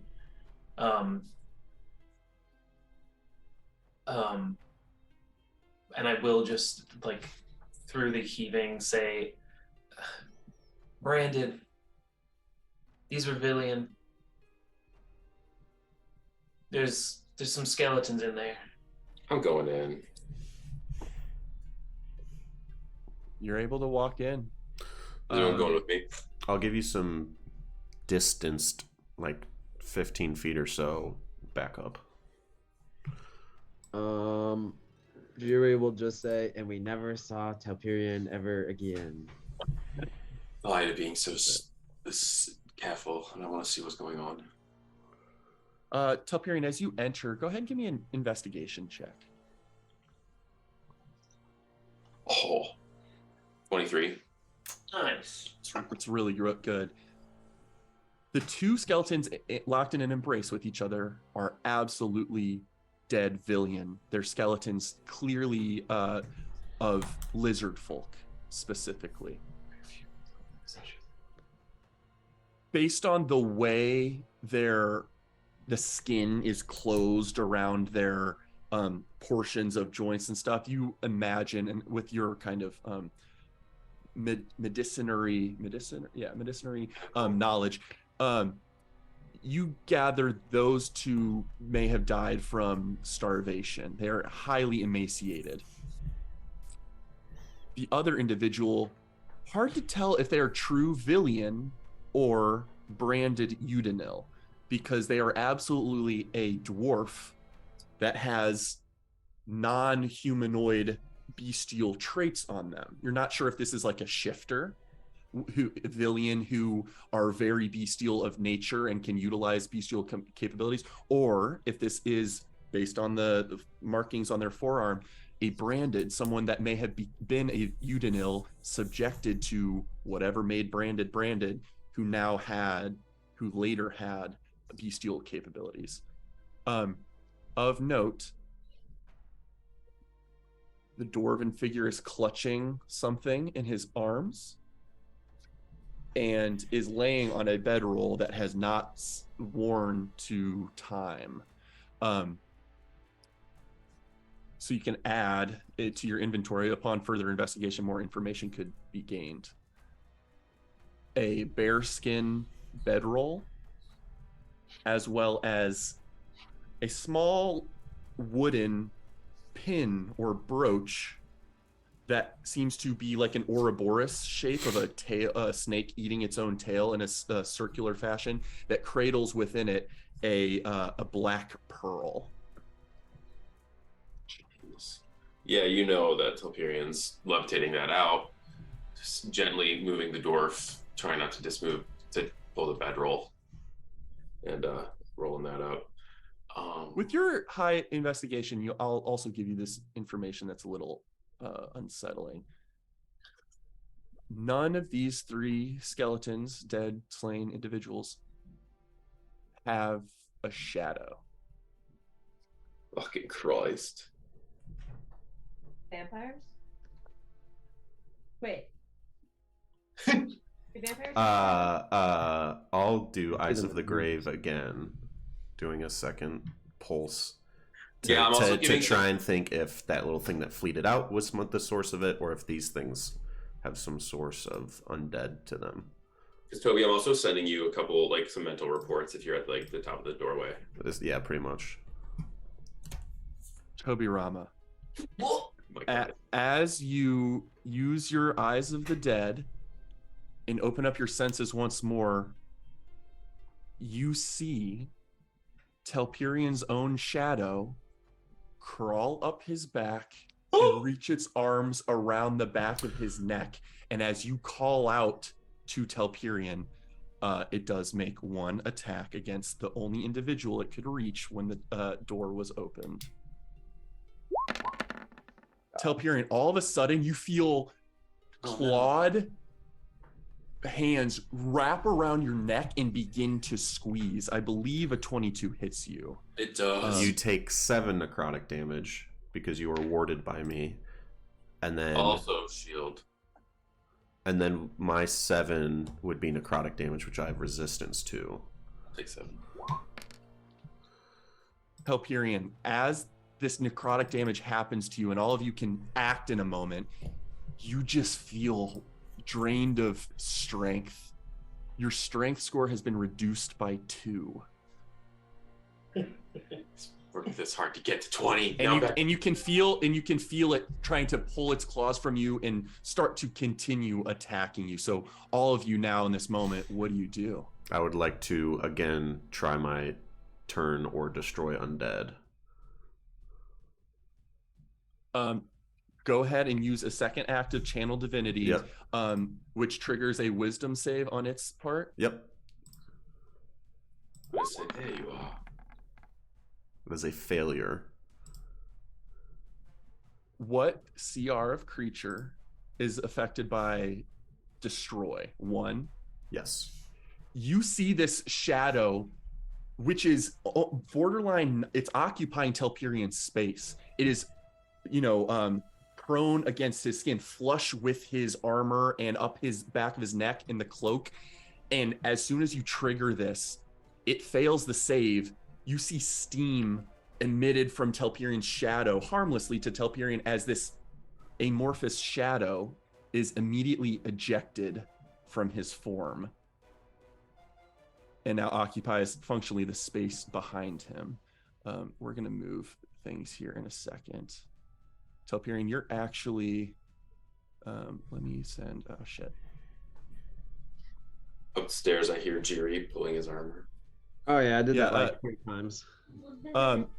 Telpian, you're a little further into this cavern, and it has just been ejected from right into a space right behind you. Now, it's no longer amorphous, but rather occupying its own space, a shadow, a haunting shade specifically. At this moment, Tobirama, you feel your magic has affected this thing. It was repelled from Telperion, and it is frightened now, and is going to functionally flee. It was not destroyed, noticeably. Right. In this moment, as you guys are dealing with this thing, let's have everyone give me initiative real quick. If something is afraid like that and compelled to run, I don't think I get opportunity attack. Yeah, you do. It's not forced into movement. Forced movement is different. If you use dissonant whispers, forcing something to move. If you just frighten it and it has to choose to run, that does trigger opportunity attacks. Sweet. It's an appropriate low initiative for right now. I don't think it added its turn to my thing for some reason. The shadow. So it has a 0 right now on the initiative. Oh yeah, it did show up. But it should have had. Is that 8? That yeah. Thing? Yeah. Okay. Kind of strange. Okay. And then sort descending. After Tobirama had issued this prayer that forced it away from Telperion, Rome, you're the first to act as your high passive perception alerts you to commotion and stress down below. What do you do? I am. And noticeably, these guys are they're not right next to you. They're in a small cavern space underneath the bank you're standing on. I'm gonna cast Fire Shield on myself. And that is it. I'm just gonna cast Fire Shield on myself. Okay. Activated. Is that concentration? It is not. Okay. Fire Shield is activated, and otherwise you're preparing yourself for what's next. Yes. If that's it for Rome, Telperion, finally you're able to try and turn on this thing that has just attacked you and drained some of your strength essence. I'll put down the things I was holding, grab my greatsword, and swing at it. It hasn't moved away from me, right? It's just afraid of me. It hasn't had the chance to move. Okay. It is just afraid of Tobirama, and you can see it pulling away from you. But go ahead and roll. I'll just use the Mooncrest Greatsword. So this is a +8 to hit since I'm down a strength. 15 plus 8 is 23 total. 23 total does hit. Go ahead and roll damage. All right, that's 2d6 plus. I'll Psionic Strike it just because. I rolled 2 6s. Extra d6. Oh, that's amazing. Oh, and I reroll once. Oh my god. Okay. So separate out for me the normal damage versus the force damage. Yeah. 5, 6, 7, 8. 8 force damage. Okay. And then 12, 16, plus 5, 21 magical slashing damage. Even your magically enhanced greatsword, you swing through and you cut through the form of this thing, but it just rapidly knits back together, and you feel a fuzzying sensation when you cut through it, frustratingly, as if you were attacking an air elemental with a regular sword. This being seems to be resistant to your magical slash. However, the accompanying force, you see it just like detonate and almost blow away part of the being, like mist dispersed by gust. So this thing seems to have some sort of resistance, but you do damage the creature. Also, it was 22 magical slashing. So I think you said 21. And I'll call out, your weapons won't be useful, but try other means. And then with my bonus action, I usually have a lot of bonus actions, but I'm not going to do any of these things. Could you tap again? I could quick toss at disadvantage because it's right next to me. I am going to I'm gonna pivot around it and push it further into the thing, so it's just further from the door. Okay. With, Strength save on its part. Yeah, strength save, and I'm specifically using telekinesis. 14 is the save. It is pushed further into the cave. You almost lose visual of it, not truly, but being so close to it in this dim light scenario, it's almost blending with its surroundings. Now I'll just like occupy the door frame, so it has to go like, I want to let it slip past me, but I want to be able to like really make it so it has to go right next to me to get out. Got it. That's my turn. Toby Rama. I'm realizing I don't have many damage sources right now that aren't necrotic damage. I only did one of my 2 attacks. Yeah, sure. I imagine you would have slashed twice in its original thing, so go ahead and roll again. Yeah. 8 plus 8 would be 16. 16 does not hit. Okay, there we go. At least we got some info. That's really funny. Oh my god, what? Because I hit it, it has to do a strength save to see if it goes prone. Fortunately for it, it is immune to prone. So whether or not you knock it to the ground, you just like see it repelled by your force and then just swirl back up into the space in front of you. I haven't attacked in like a month because we didn't fight last time. All right, Toby.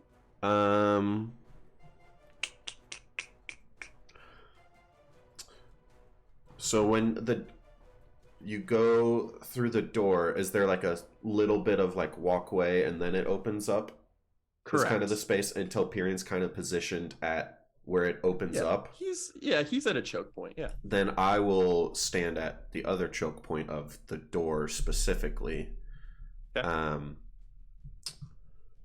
And I think all I'm gonna we'll do position you right there, okay. Functionally. And I think this is all I want to do really, is cast Bane on it. Okay. Which is charisma. Charisma save? Yep.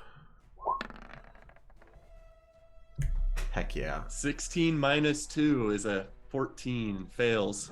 So penalty of D4 to its stuff? Correct. Bonus section. I've used up both of those, so I will... That's my turn. Okay. Jiri, what you got? I'm gonna go attack this guy. Now, Okay, so you would need to run back? over here. So you would need to run over here, jump down 15 feet to the ground floor where they're doing stuff, and then go into the tunnel. Okay, so I'm probably just gonna stand over Toby. He's probably Get on easy Toby's shoulders. to stand over and tell Pyrion the duck. Okay, are you hopping down to Toby Rama's level? Yes, because isn't he at the entrance of the cave? Correct. Yes, but that's below you guys. So let me, I think I've emphasized this, but there's essentially this bank here. Yeah, you guys were up higher. So if you're jumping down, I just need an acrobatics check. Oh, okay. You're crawling. You've got movement to do so, probably. Yeah. Okay. Well, I don't know that you can get that far then, because unless you're dashing, but. You said it's 15 feet.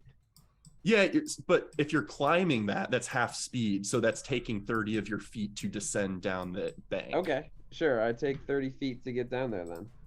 Okay, I think you were just like here, so I don't think you could get 10 feet to it, 30 feet down, and then more to behind Toby. It's just a lot of movement. Okay, so let's see here. I started here? Yeah, I thought you did, yeah. So 40 gets you to where you're standing right now next to Toby. I was right next to Roulette. Where did Roulette go? Well, she's over there. That's kind of why I said that. I don't see Roulette anymore. She's right here. Oh, she has disappeared on my screen. Bizarre. Oh, that's strange. Okay, confusing. But anyway, point being, to simplify, you're able to get down the bank with your 40 movement speed to where you're positioned now. You probably just don't have line of sight on the creature at this point. All right, I give Toby a back rub, and I end my turn. Okay. The shadow. You see it fearful of Toby, and although it wants to escape this hole, it can't willingly move closer to him. So it just I moves can give you some backward. extra description because there's no mention of the word fear in Turn Undead. I'll read it specifically if that helps. A turned creature must spend its turns trying to move as far away from you as it can, and it can't willingly move to a space within 30 feet of me. It also can't take reactions. For its action, it can only use the dash action or try to escape from an effect that prevents it from moving. If there's nowhere to move, the creature can use the dodge action. Okay. So we'll simplify, and even though it's not truly frightened condition, I'm going to still say it does the same thing. It's fearful of you, and it is not going to try and slip past you under your legs, for example, because it is too scared to approach you. So it will use its movement to run away from Telperion, and you see it like turn its back to you and starts like clawing at the walls of the interior of this cavern. And then it will use its bonus action here in the dim light to shadow stealth, giving it allowing it to make a stealth check as a bonus action.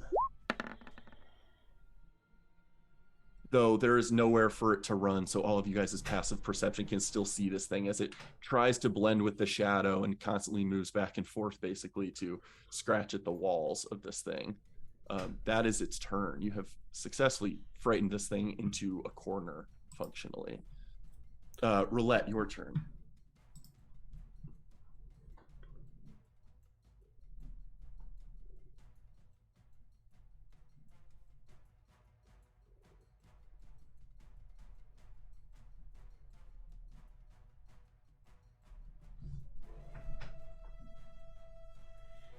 Oh, you guys are muted if you were talking.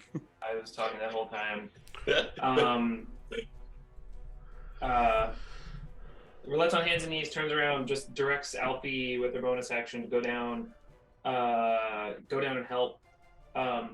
He is going to jump off and dex. So it's a 120 plus 1.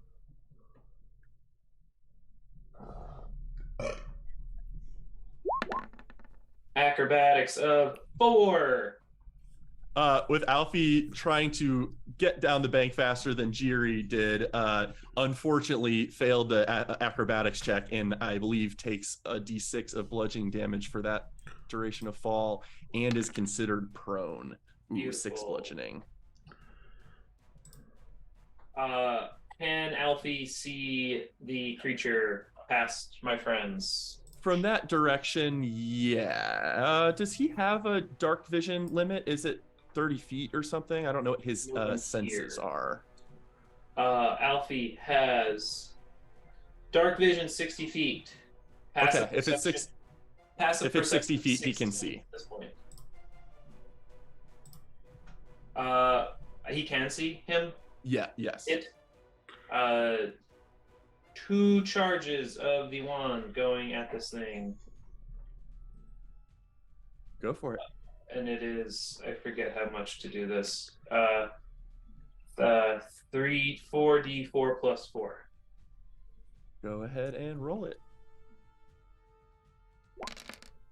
3 4s. Ooh. 9 damage. With 9 damage, these beads of force strike past Toby Rama under the legs of Telperion and then spiral out, impact this thing, and with a small detonation of force, it is dispelled. The shadow is dissipated into nothing but darkness.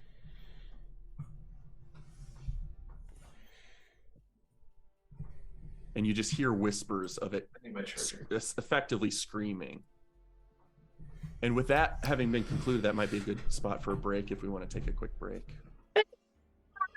MK, roll off. We never did one. Oh, yeah. No! Get wrecked. That entire combat is flawed now. No! Wait, what was that for? Initiative. Oh. Same dex. Oh, nice. No. I gotta know what this wooden Ouroboros with a black pearl does. Well, it can certainly be identified. He doesn't have identify today. Oh, yikes. It could... Yeah, it needs to be identified. Okay, cool. See you guys back here in a second.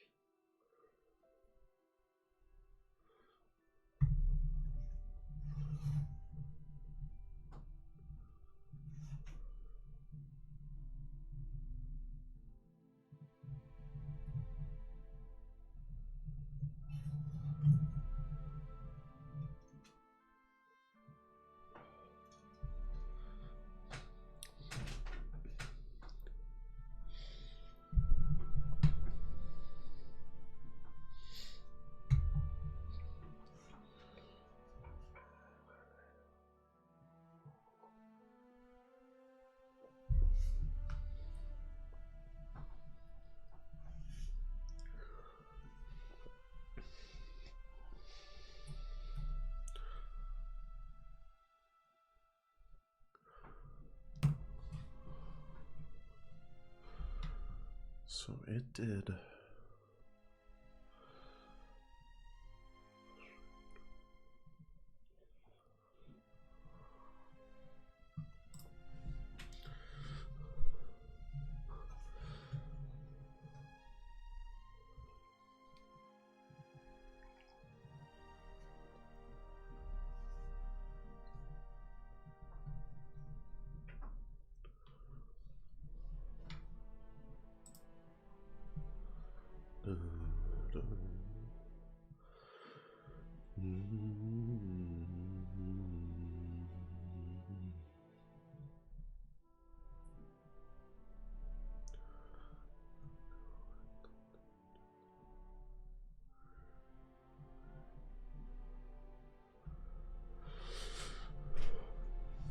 I'd meant to show this off beforehand, before we started, but at Disney, I got a Lego Infinity Gauntlet. That's very cool.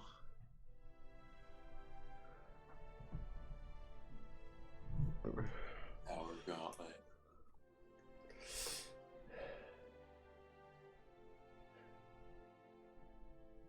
Infinity. The fingers are posable.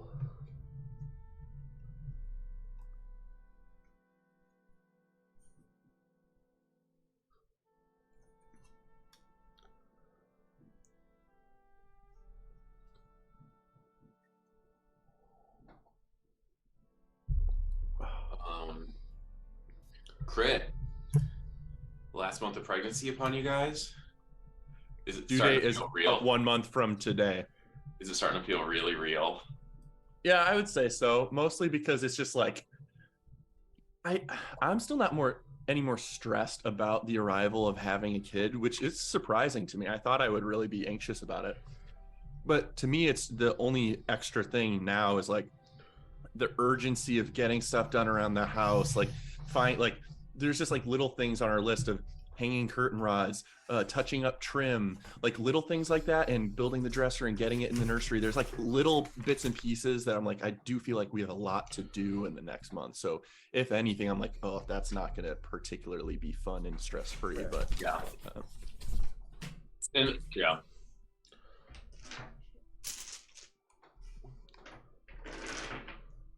But otherwise, yep, 1 month, pretty wild.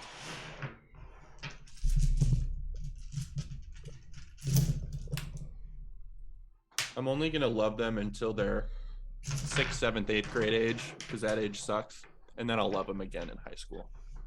Jesus. Middle school could be kind of rough too.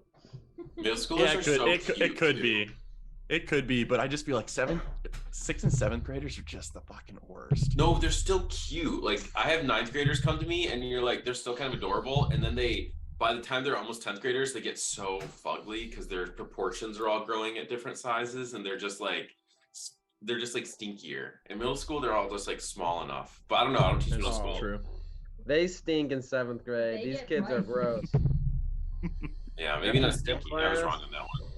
Do you know if you're having a boy or a girl? Or are you like trying to be surprised? We are going to be surprised. We do not know, although we are both, for no reason, very confident it's going to be a girl. Really? Yeah. Mary does have a lot of sisters. Yeah. Yeah, they're very girl heavy, but we're very boy heavy, so who knows? I think it's the guy's DNA that determines that stuff, technically. We'll see. Yes. Oh yeah, because does the egg always have an X chromosome? Yeah, because females are XX and then the male is XY. So yeah, Chris, you're the one that determines it, essentially. Yeah, so what'd you pick? Girl heavy family has nothing to do with it. Yeah, okay. Better pick right. Well, we're so confident it's a girl that I know it's gonna end up being a boy on the day. Is Mary uncomfortable?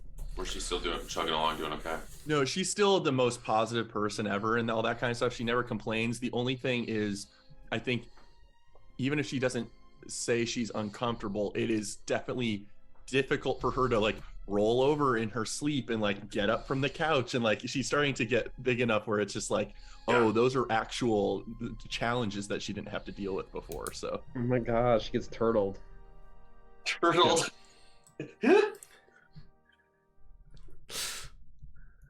just the other way, the shell on the front. All right, the real question: how long is my strength at 18? That's Forever. a good You're question, weaker man. than You Jiri. feel, you feel You not swapped great strength right scores now. with Jiri. I don't have any restorative spells today on that front. Sorry, bud. I'm keeping my fire shield up. I am not taking that down. Okay, Lasting For 10 minutes. for 10 minutes. perfect. Yep. Well, Right, that shadow shade has seemingly been fully dispersed and destroyed, resistant to even magical weapons, but seemingly force damage had some real impact on it. So that could be useful intel if you come across that again. Everyone, shadows don't like force. Do we have shadows now? Rome, specifically you, actually, and Toby Rama. You hear the prod of another footstep a little closer to you guys, off in this direction. And you hear another melodic tone. Kind of minor key haunting sound, but undeniably beautiful.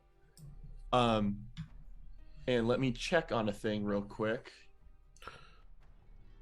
Telperion, are you only down 7?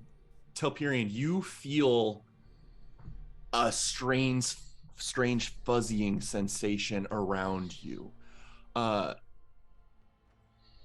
Is this something you try and push past and avoid, or are you stunned in this moment and let it happen to you? I am in the cavern still, kind of far away. So I'm feeling something on my mind, or am I like... Just like a fuzzying sensation on your whole body. I think I'm kind of like probably really chilled and freaked out right now. So anything like, I'm going to kind of probably just be naturally resisting anything that's happening to me down in here. Okay. Could you please make a charisma saving throw for me? Certainly. With a +1 because of warding bond. Indeed. 19. 19? That's higher than I thought you'd get. Oh, sorry. 18. 18. 18? Still meets it. You push past that sensation. You're not sure what it was, but it definitely came with the arrival of something from behind you guys. Though nothing seems visible off in that distance with the mist obscuring. Everyone, I don't think this shadow is the only thing here. Something just called to me or something, so let's go just check it out. I'm sick of waiting for things to happen. Yeah. I know you just got hindered a bit, but you're still resistant to stuff. Do you still want to lead the charge? Absolutely. I forgot I was resistant when I led the charge. I'm going to, I'll just start rushing forward. And hold on, Telperion. You look really weak right now. I feel like I could beat you at an arm wrestle. Are you sure you're okay? Your arms, they look like twigs. Jiri, I can push you down with my mind. It's not even a question. Yeah, I will be putting the brooch and the bedroll into my bag for now. Okay. And then despite Jiri's provocations, I push past Jiri. And then start leading the way. Do you? Do you? That's a good check. Telperion, make a strength or acrobatics check to escape a grapple. You mean in athletics? Yes. Yeah, athletics 17. or acrobatics. Oh. It's frustrating probably how Jiri almost just prevented you, but you do still tough past. I have -1 strength right now, so that's a 7. Right, so it should be 15. Oh, 15. I can't add. Oh, good thing we got Steve there to check the math. That is very good. My brain, Yeah, 8 plus 8 you try and equals 18. push past Jiri, and Jiri prevents it. Whoa, don't be so hasty there, Telperion. I mind sliver Jerry. I'm not fucking around. All right, what's that? Intelligence saving throw. Int save.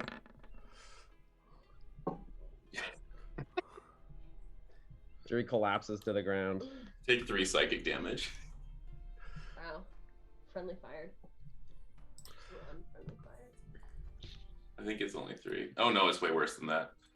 I don't really hit him as hard as I want. I just like prick him. Yeah, not able to do like 1 point of bludgeoning damage in a way a punch can. You cast a spell at him, so I do need you to roll the real damage. All right, can I just walk over to this thing? You take 7 Too psychic late, damage. you've already and mind slivered me. You take 7 psychic damage, and for the next minute, you take a D4 off of your next saving throw. Wow. That was rude, Telperion. My brain hurts. Don't let him do that to us again. All right, I got it, Dad. I'll get him back. Don't you worry. Oh. Jared, you didn't see that thing in there? This, like, not a good time for the tomfoolery. Like, he shouldn't have reacted like that. But we're all on a team here. Let's kind of, and I'll try and be persuasive in getting Jiri to kind of maybe focus in. You're right, Toby.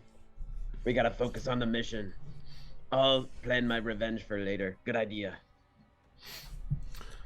And we'll like flag down Roulette and Rome and have them descend the bank and follow us. There's more than one of these things. They seem to drain us. Telperion is... I wish I could help him, but we gotta try and destroy these things if we're trying to fight something greater later on. Telperion, as you go off in that direction, looking for what you thought you found, go ahead and give me a... Unless you're inspecting carefully, like every space, and then every space, and then every space, it should be ruled by perception.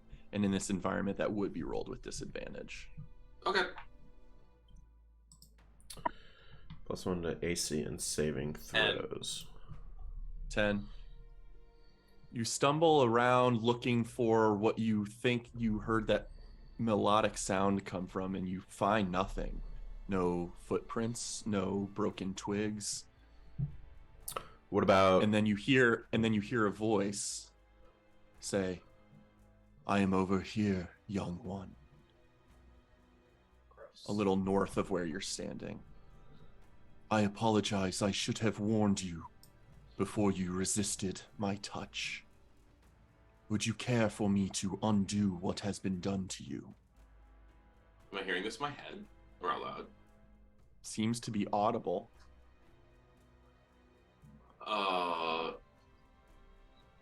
Superion's like the weird shiver touch thing. Yeah, I'll step forward and I'll say, reveal yourself and I would let you.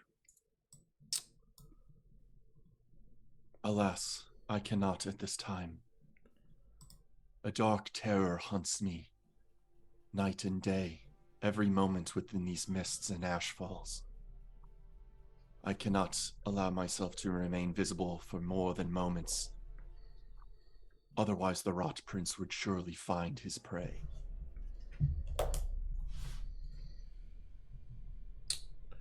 Did Toby hear Telperion call out on, like, without any reason to? Yeah, I would say you're close enough to him and have a high enough passive perception where even if you're not actually within visual range, you're able to close the distance and hear the conversation happening. Telperion's talking to something and you hear responses back. Okay. Appearance feeling a little reckless and curious, and I'll say, "Sure, hit me."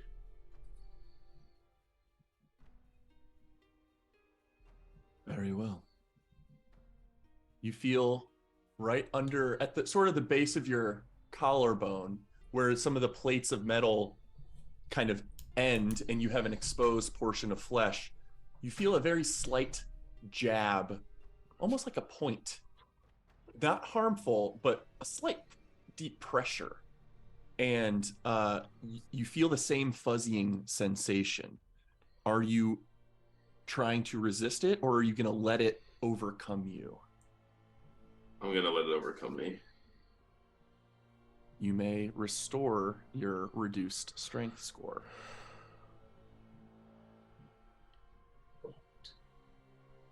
As you feel strengthened, emboldened, less weary and reduced in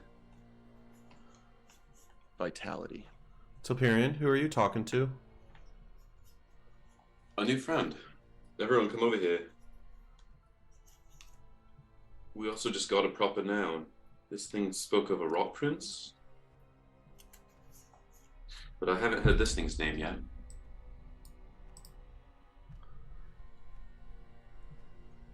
Perhaps if I find I can further trust you, you will earn my name. For now, I wish to give no information to individuals for fear of my own safety, as I attempt to repel the influence of the Rot Prince.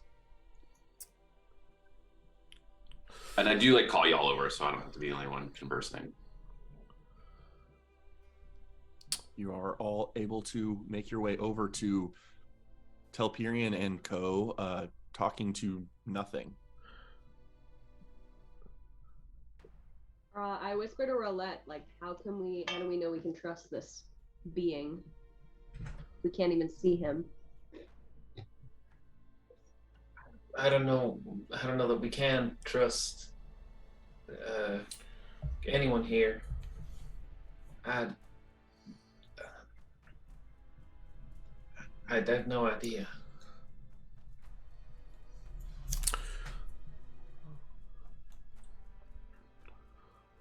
I'll speak for whatever this is. It just, that shadow sapped me in some way, and this being just undid some of that. Jiri, did you come over by us? Sure.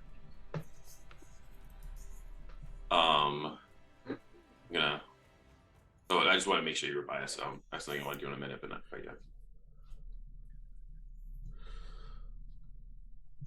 If I may, for what reason do you all step into these hollowed lands? I suppose that's fair. Seeing as it sounds like you have been here for some time. Not here, perhaps, but... Well, there are events happening outside the reach of the forest, and this portion, the Barrens, seems like it could be a neutral meeting ground for the parties involved. But we had heard there was some nefarious beast, and we were hoping to potentially make this place less dangerous. We were hoping to drive out whatever evil or rotten or decayed thing is preying upon these lands.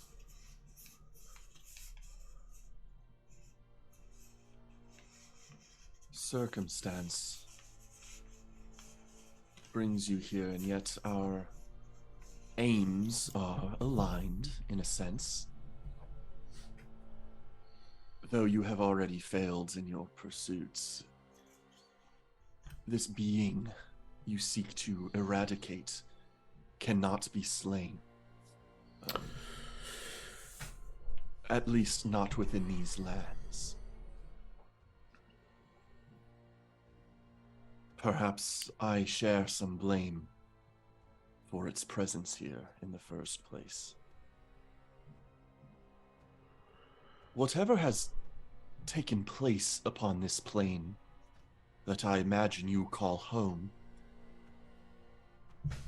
has weakened the veil between that of the Feywild and its cousin twin, the Plane of Shadow.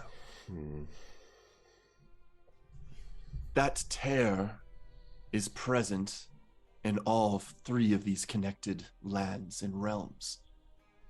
For a time, I remained in my native plane, that of Fairy, until the Rot Prince tore his way into it. He was not aware of my presence at the time, and I sought to come here, hoping to aid what was destroyed in your home. But I fear I brought the Beast of Shadow back with me, as he seemed to take a keen interest in myself, and now hunts for me, taking a dwelling place in the northern citadel that I believe was once run by lizard folk grove tenders.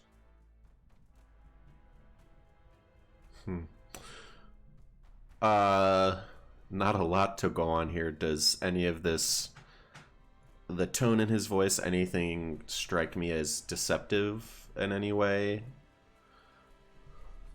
Go ahead and make an insight with disadvantage. Right. Come on, you're reading his facial expressions. This is also like what we can't see him still, or It is an invisible voice in front of you that you're all kind of clustered around, and it seems like auditory information is coming to you from right in front of you, but you're not seeing anyone. They're certainly invisible. Even through the casting of some sort of magic that aided Telperian's strength. You do not, with a 13, gain helpful information of obviously no facial cues to read, no posture, uncertain if this is all deceitful or altruistic.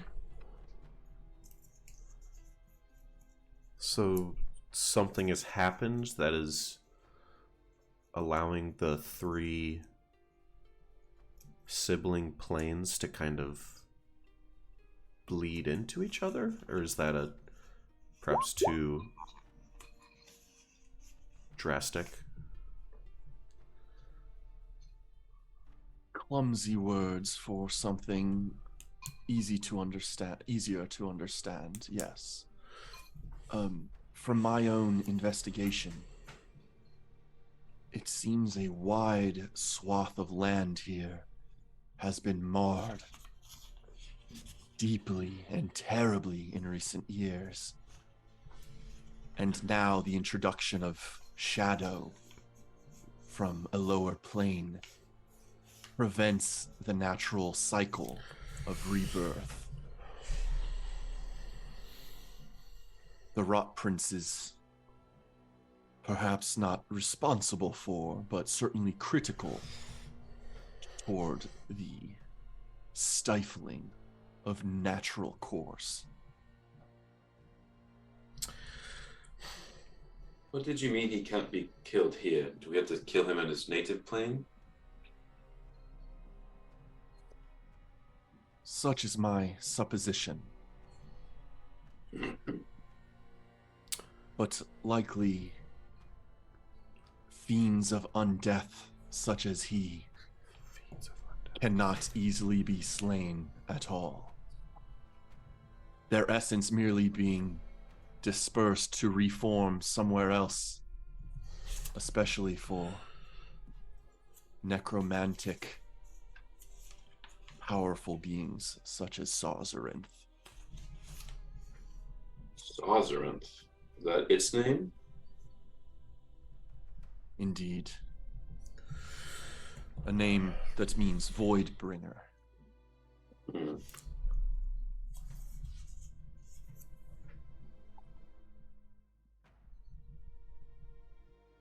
Does it take the form of a large dragon?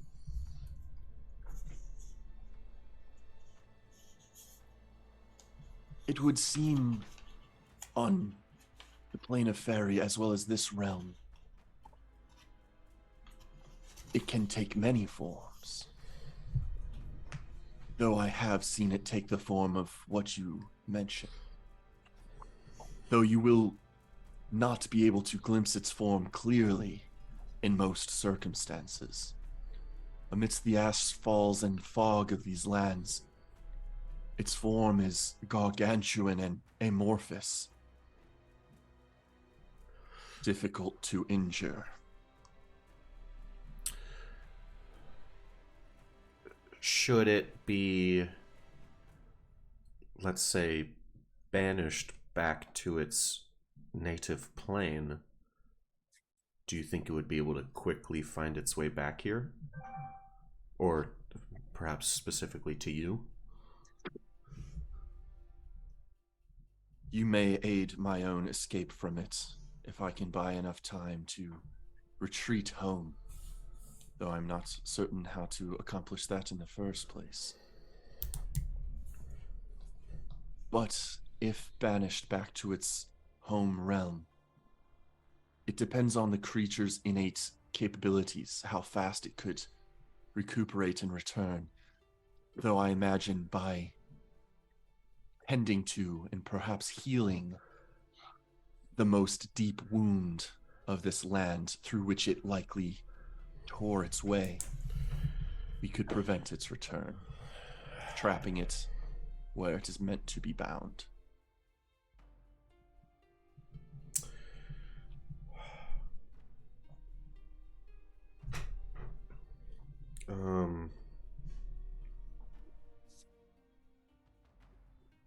I want to look at Rome specifically, just like all this talk of fairy, and I think Rome had been one of the ones to ask like whether or not this being was an evil thing, and I just kind of want to ask Rome, what are you thinking about this? My concern here is that this being, who's yet to reveal him or herself to us only in voice, has been frivolous enough to cause this to occur. So, I mean, I have many questions, like, why exactly is this thing after you? Why would you make such an awful mistake as letting this thing loose? And who are you? Why should we trust you? Why should we help you? Rome, go ahead and give me... It's technically charisma, but due to the nature of this, go ahead and give me animal handling check. Ooh, love it.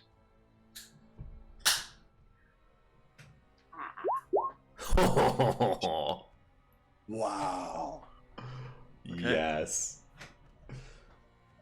Come out, you foul beast. Sentient skunk. Did that Very warrant well. music change? Your words strike me deeply, though perhaps I have warranted them. Let me be clear, I did not let loose this foul beast. It escaped into my realm, and in my pursuit to heal yours, chased me, followed me into this plane. But you speak true. How could you learn to trust that which has not revealed itself to you? You, child of Earth. Such is my form. And reveals itself.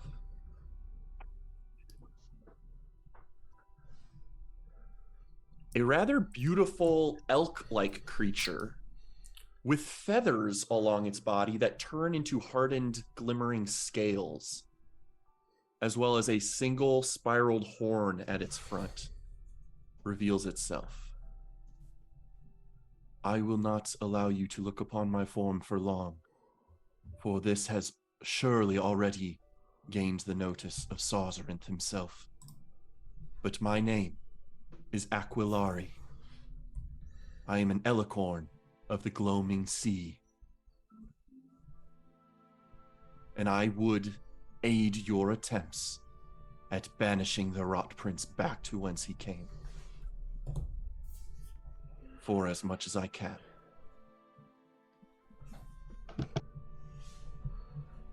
And then shimmers into once more invisibility.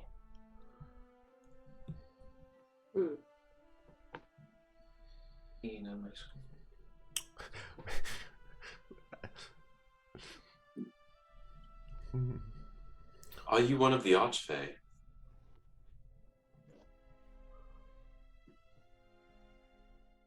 Perhaps once I was, though no longer.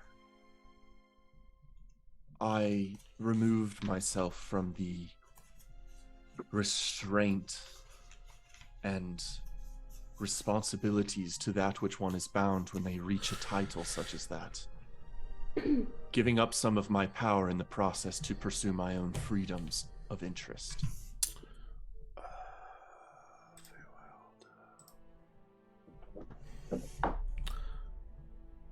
Well, that was... It seems a big showing of trust, what you did, so I will speak plainly here. I possess banish focused magic,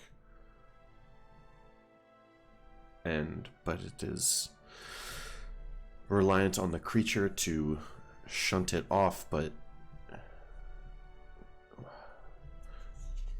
am I to understand that perhaps the best course would be to try and send it to its native plane and then try and mend what happened here?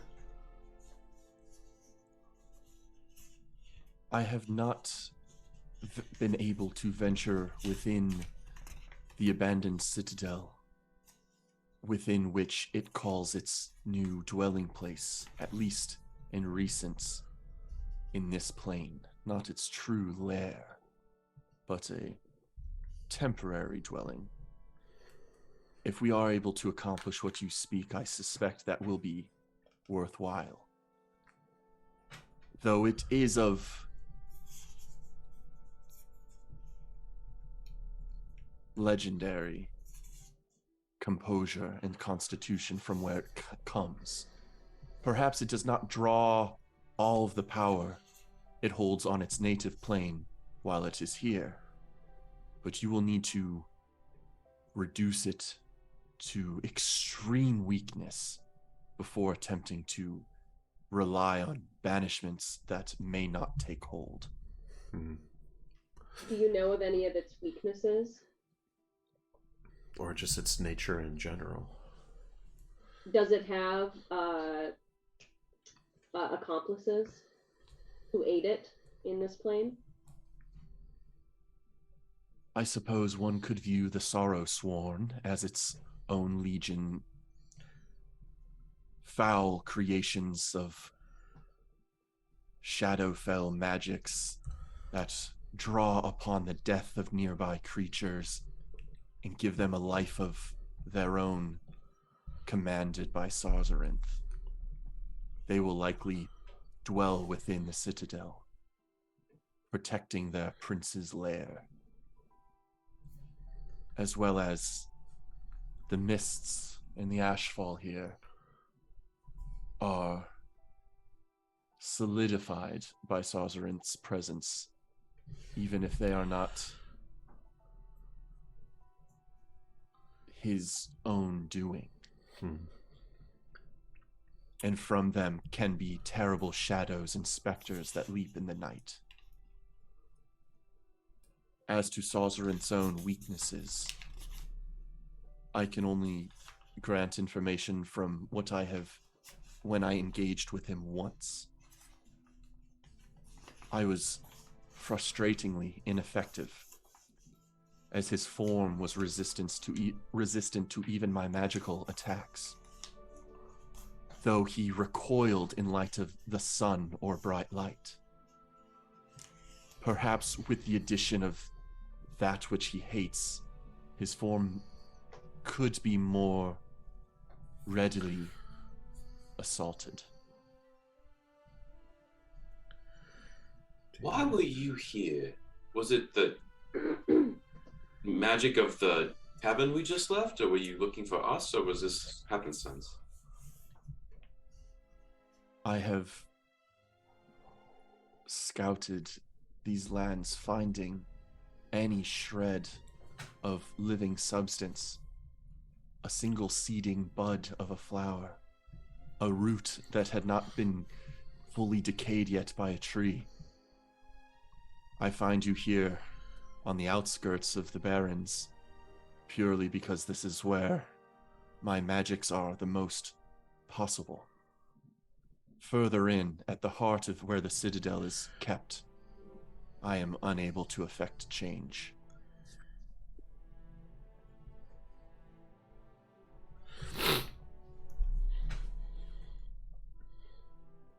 If you are able to aid my pursuits, perhaps fortune put me in the southern location where you now walk.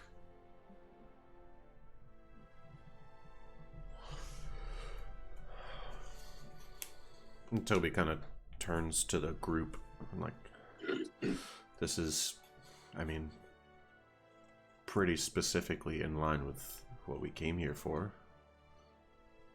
Any concerns? Thoughts on how to proceed? My only concern would be, where are we going to camp out? And also, where is the Citadel, the abandoned Citadel? Because I would be nervous about sleeping in this area, especially if we are not to drink or eat anything in this particular. Oh wait, no, we have rations. Never mind. But that might be necessary, because I could, based on what he's told us, potentially better allot spells that could be more effective than the ones I have prepared. Such as providing great light and radiant magic. As to your question, creature of nature, the Citadel is perhaps, without careful pace, making haste into the depths north, perhaps a day's travel away. More time if you need to step more carefully.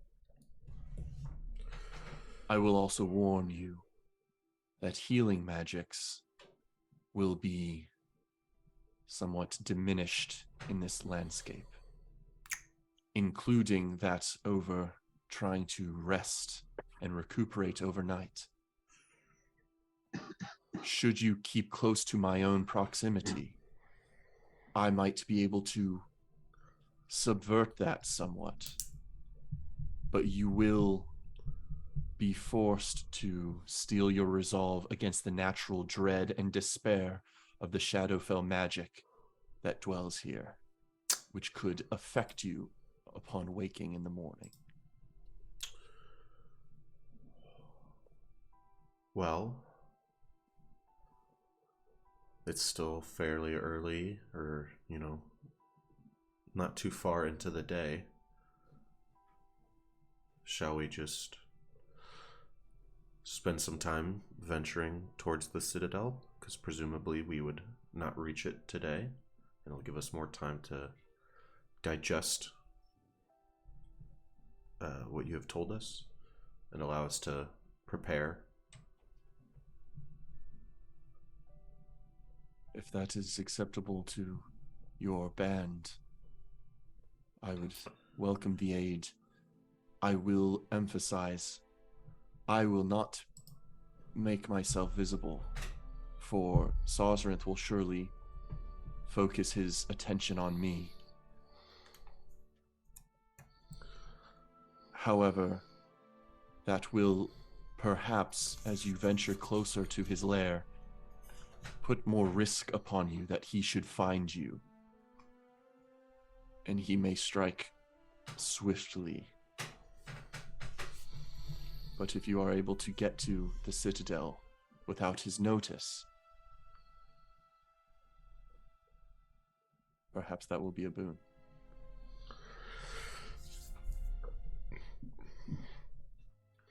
Would we rather face him in his citadel? Wouldn't that offer him advantage? Sarzarinth the Rot Prince has control over the nature he has sundered. He has not had adequate time to manifest a dwelling place that would have increased defenses. However, the reason I suggest assaulting him within the citadel rather than outside it is because I believe the tear from which he clawed through the veil lies within its depths, from which he then burrowed out of to stalk these lands.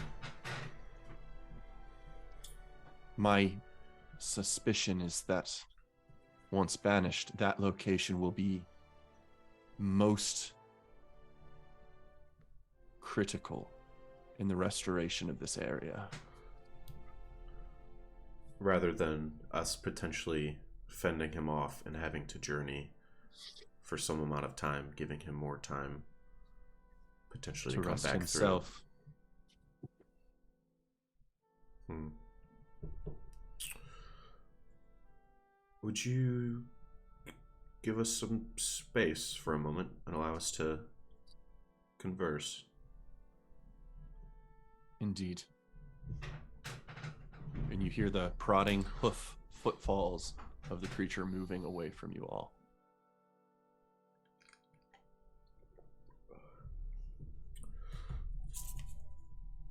Has Roulette been absent during this time, Steve? Yeah, she's over in the cave. Gotcha. Speaking of cave, I wonder if we could burrow. Like, could we move towards the citadel undetected by burrowing and tunneling?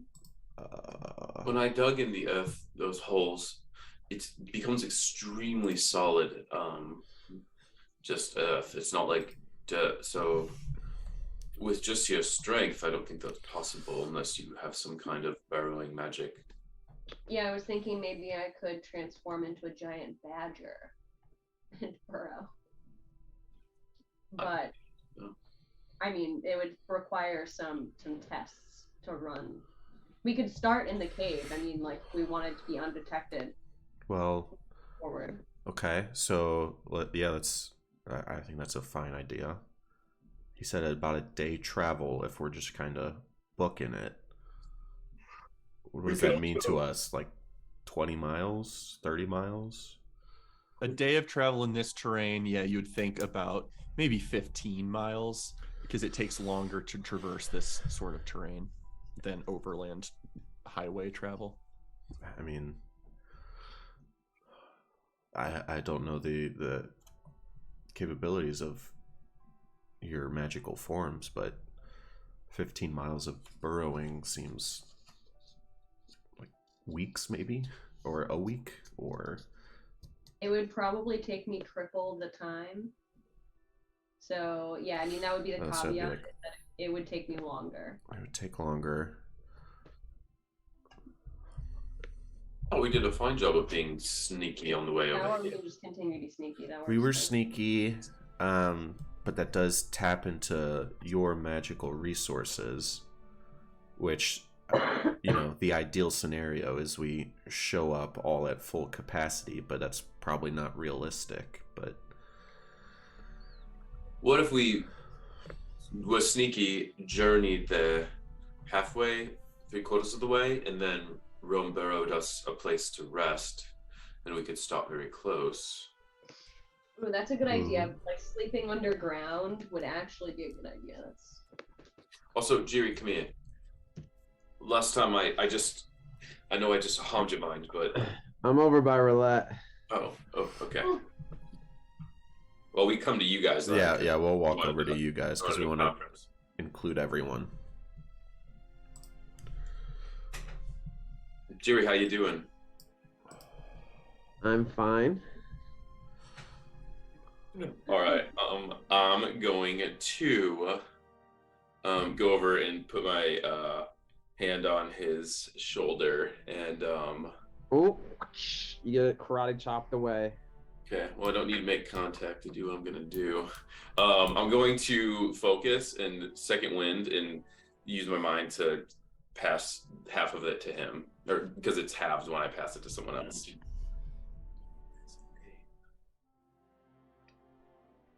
So he gets 7 HP back.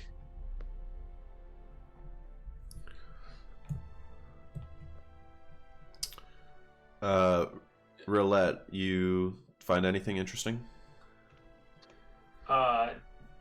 Critter, like a while back, I started ritual casting detect magic. I saw. Absolutely completes. Do I pick up anything additional in this little cavern cubby? Nothing additional. Anything that might have been magic, I believe, had been removed from that vicinity. Nothing magical, no. Okay. Just for my notes, while that conversation was going on, I would have probably tried to like take a rough sketch of all 3 creatures in there, and then specifically the brand on the small dwarven lizard scaled creature. Yeah, go ahead and give me you're able to take the sketches freely. Give me an investigation check out of curiosity.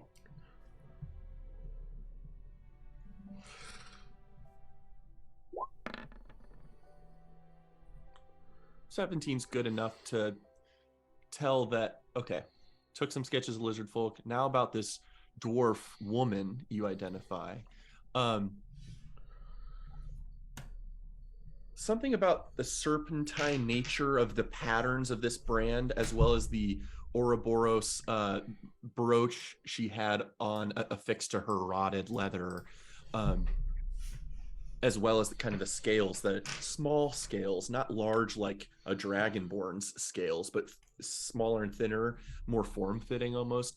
You suspect this is, if certainly branded seemingly, likely had serpentine effect, perhaps due to the captivity or abuse of a Yuan-Ti individual, for example.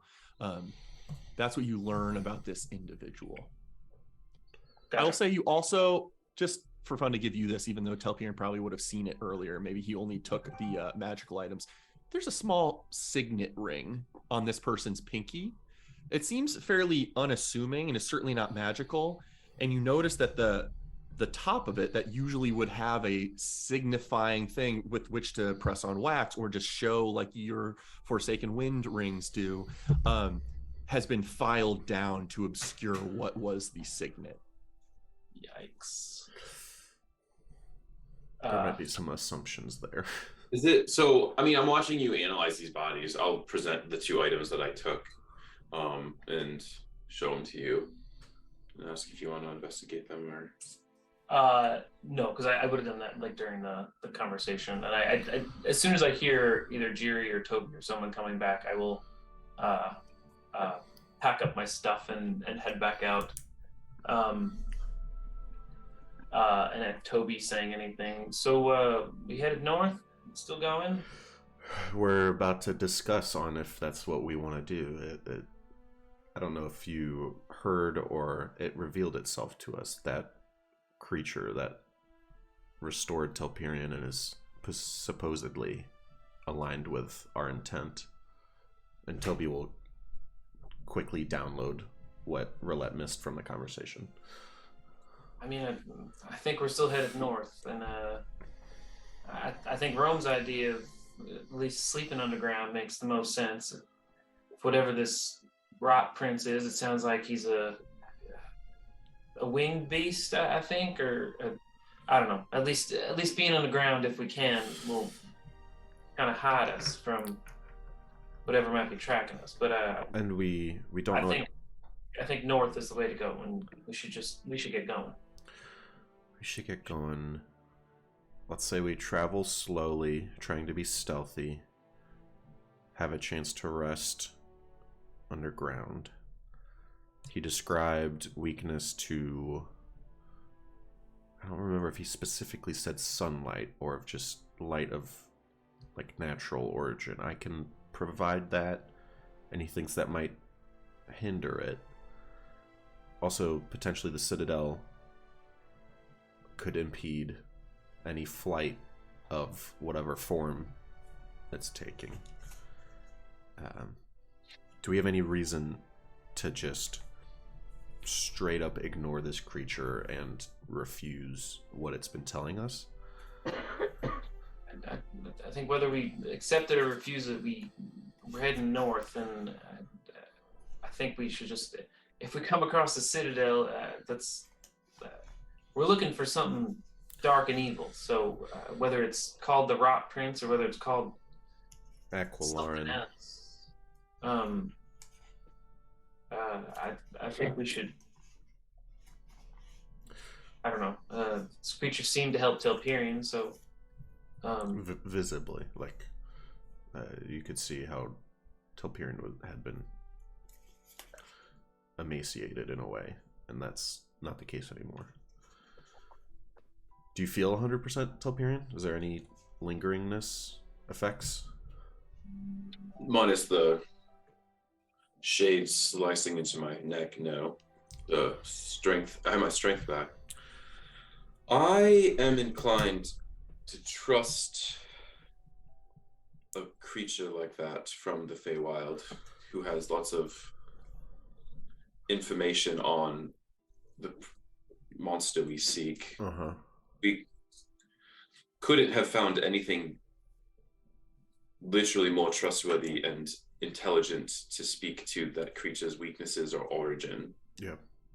I don't... If it betrays us... Yeah, that's the only thing I want to keep in mind is our time in the Feywild. Things can be fickle. It sounds like the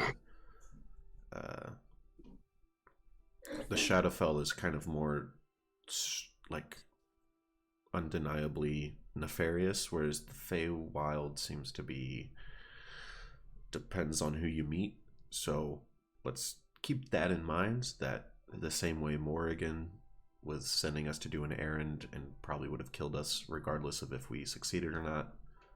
Let's just keep our wits about us. And I also was even maybe thinking we could tell it about setting free the children of Remnus and see if we get a reaction from it on whether it seems horrified by that or grateful.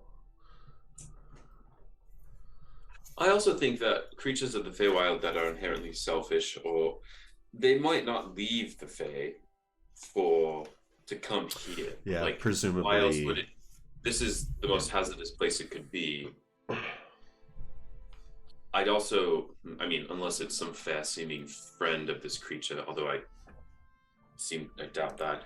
I don't know what it benefits from drawing us near, except the fact that our goals are united. Jerry, you've been quiet. What do you think?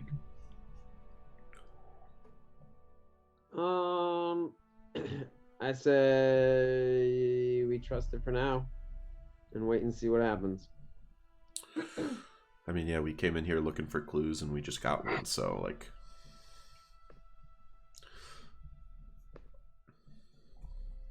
off we go. I have a hard time believing something from Shadowfell could heal me the way that thing healed me.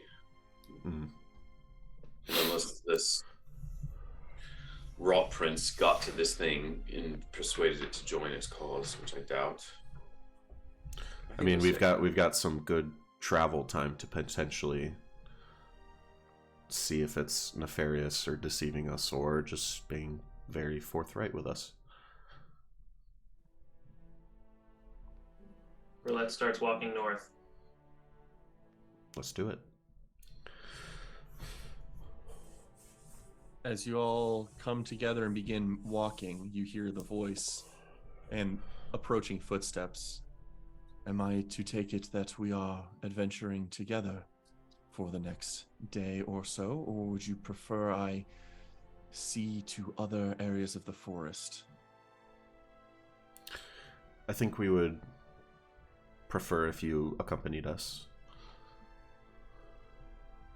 I think that we should be united as the living. Indeed. Yeah, stay with us for a while. Very well. I shall do so.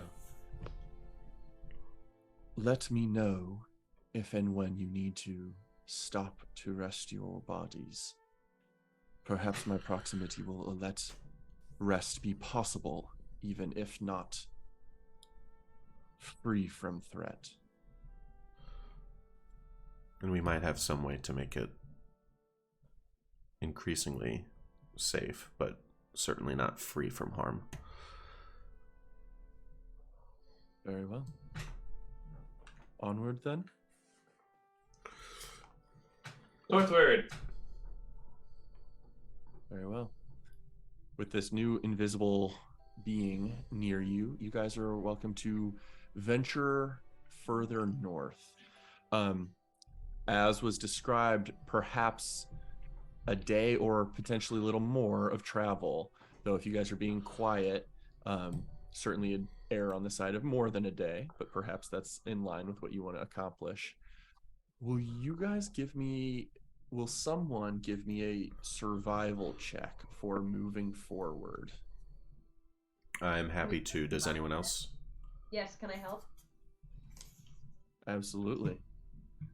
With Rome and Toby leading the charge on this one, perhaps. All right, never mind. Forget my help. No, I think we should both. No. Yeah, either rolling separately or I see. Yeah. Okay. Let's see how I do. Hopefully better than me. Passable. Above average. Passable. Yeah. Nat 1 doesn't help, but with you guys leading the way, you guys are doing all the things you're used to doing. Beginning tracking, avoiding the tar pits that you've been successful in so far. At one point, one of your feet does dip into a tar pit about a foot knee deep, or I guess maybe that's closer to a foot and a half, 2 feet. And you try and wrench it free, and it does take some strength to pull it free, but you're able to do so. As soon as one of you pulls it free, you do see the edges of the muck-covered pant leg sizzle a little bit, indicating that should it be submerged for longer could be harmful. But you guys are able to proceed, venturing a couple hours in, a couple more hours. Is there anything you guys want to discuss along the way? I think yeah, you, Mike.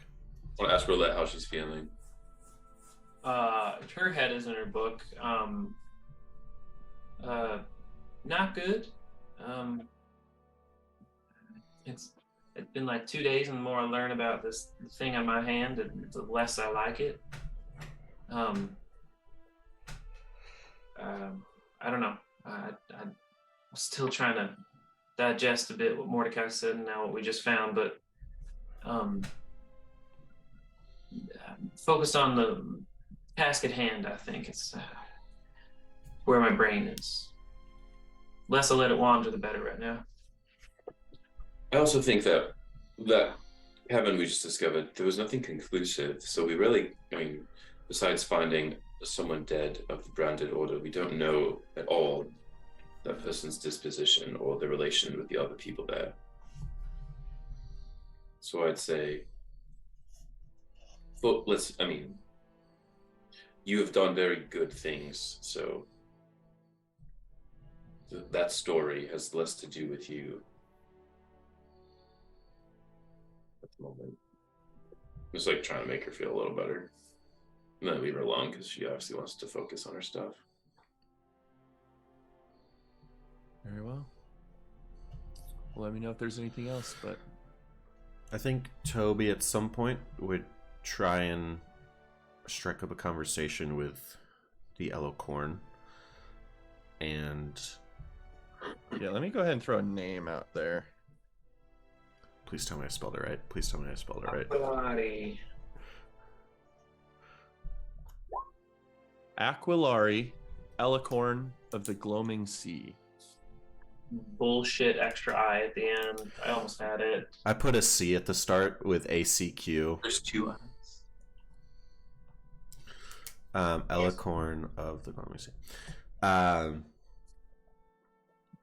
I think I would lead with, like, do you know of Remnus, the great dragon, the steed of, it's escaping me, not Airdrie, but Airdrie and who merged together? Mount of Akkadi. Very good. Indeed. Why do you ask? We were actually in the Plain of Fairy rather recently, so it is potentially unnerving, but also there's some familiarity to seeing one of your kind here. The children of Remnus had been captured, and we aided someone in their rescue, and they are now freely roaming again. Then it would seem you have done right by Remnus. His children are always getting lost. He has virtually infinite of them. Yes. Dang, he didn't really give me a lot there.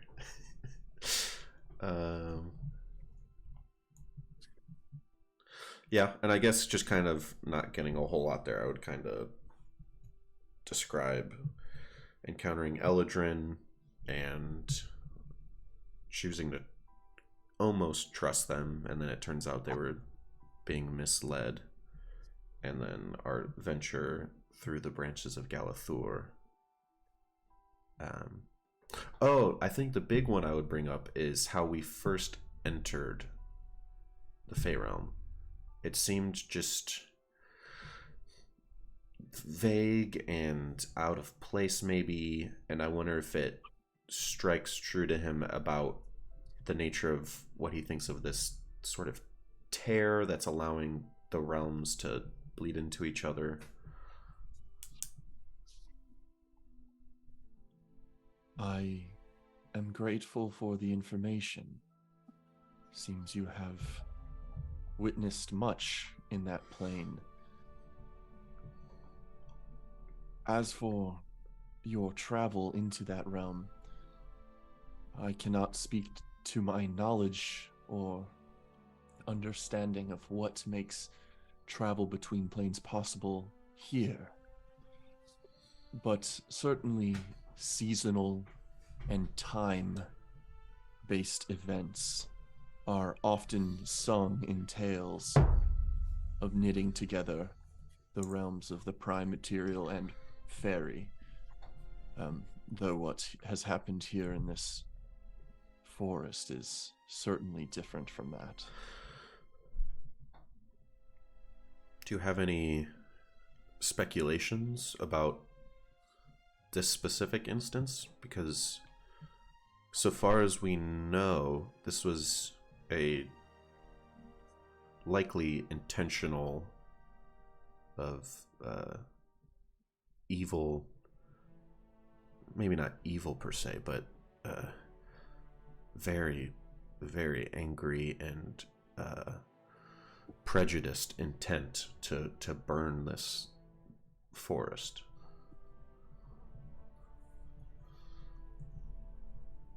When you ask that, what's your core question, sort of? Like, this portion of the forest was burned. Basically, any theories on what happened the here? nature of just it was burned, or does the intent of it happening matter?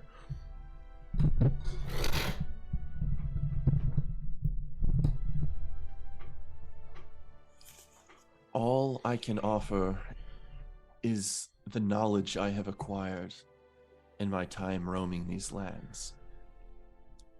And though Sazerath dwells in the citadel to the north, which seems to be some sort of central point of this location, from where the ash falls and spreads, and is likely the location I imagine Sazerath climbed through. I climbed through in a different location. I had no intent or strategic ability to pick and choose my arrival place, but I simply walked where I needed to go. I do not know how to put it in words, and I emerged from a great ashen, charcoaled tree northeast of the citadel. I don't suppose what the nature of that location signifies, but it was sufficiently damaged for me to enter your plane.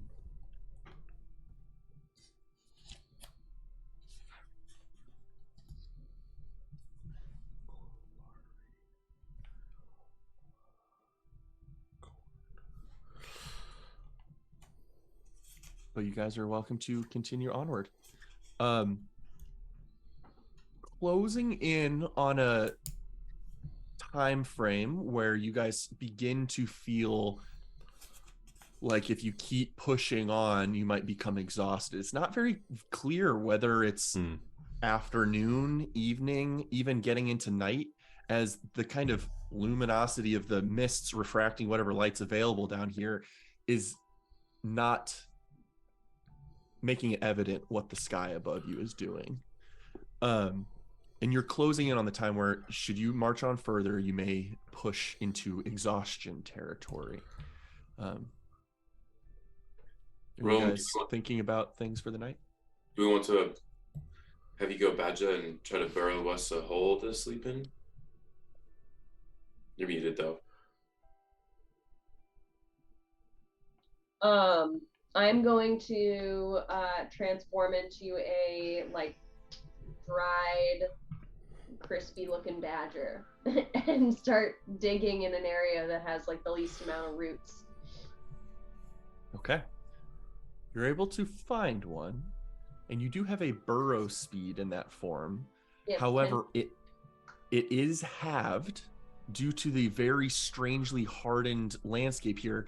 But that being said, even at 5 feet around, over the course of a couple minutes, you're able to burrow into the earth and create a tunnel pocket space for you guys to camp within.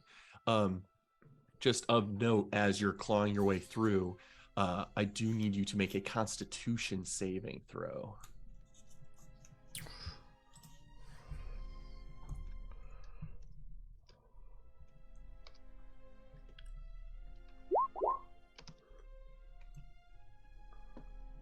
So you'll take half the damage, but as you're burrowing successfully, you're tearing into mucky, tar-stained earth occasionally, and even though successful, your claws begin to sizzle with corrosion, acidic, sulfuric tar getting on your paws occasionally. You only take 4 damage. What was 2d6 becomes 1d6 because you pushed past it. 4 damage to your wild shape form. Yeah. Okay.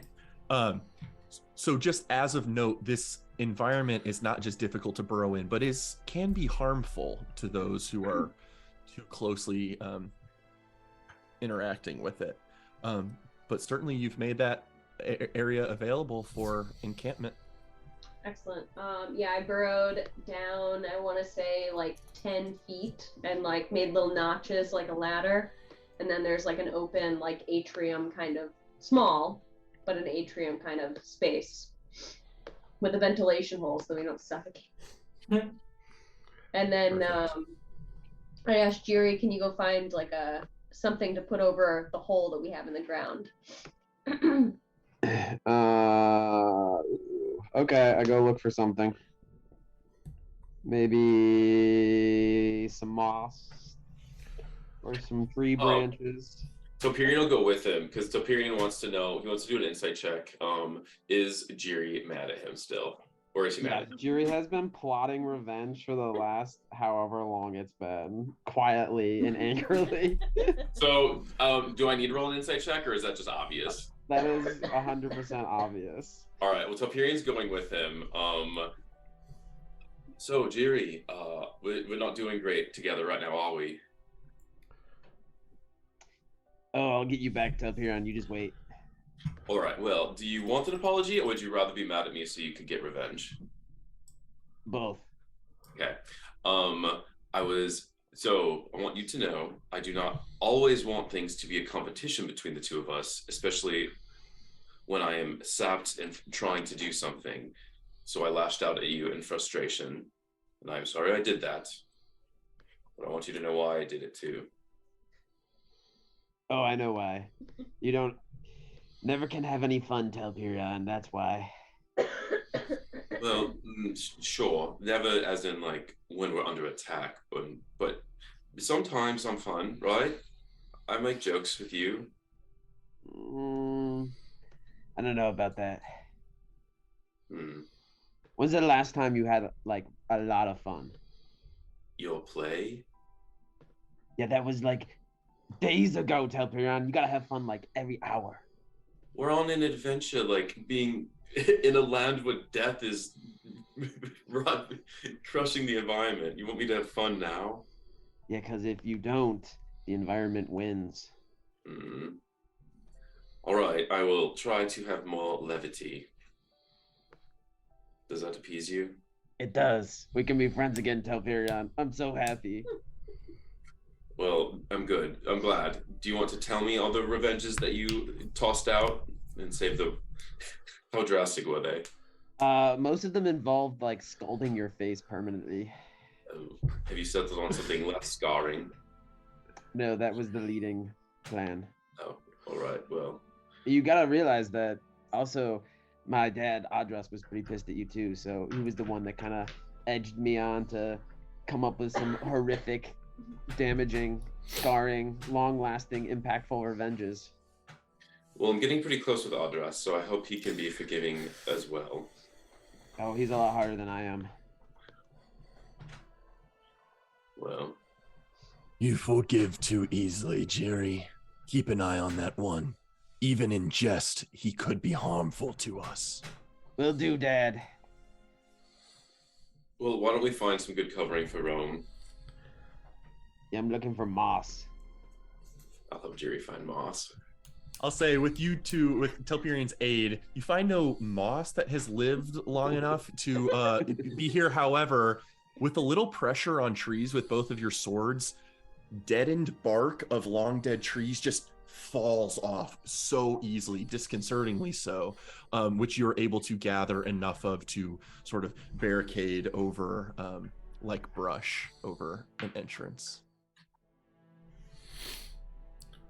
And with that, as you guys kind of barricade this burrow hole with which to take a long rest within, I think we'll call it there and pick things back up there in your final this long rest, and then moving onward to the Citadel potentially. So. Okay. I know we gotta go. I don't know that we can play next weekend because that's Steve's birthday weekend, and we're gonna be busy. The following weekend is Christmas, so just wanted to put that out there that this might be, I don't know. Yeah. Sounds like it might be it for a while, unless people are willing and able to do a different session on a different day of the week or a Saturday or other day. That too.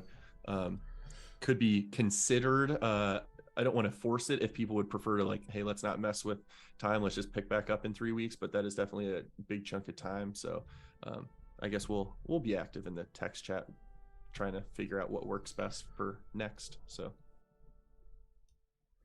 Yes, sir. Cool. Sounds good. Thanks, gang. I got a piece.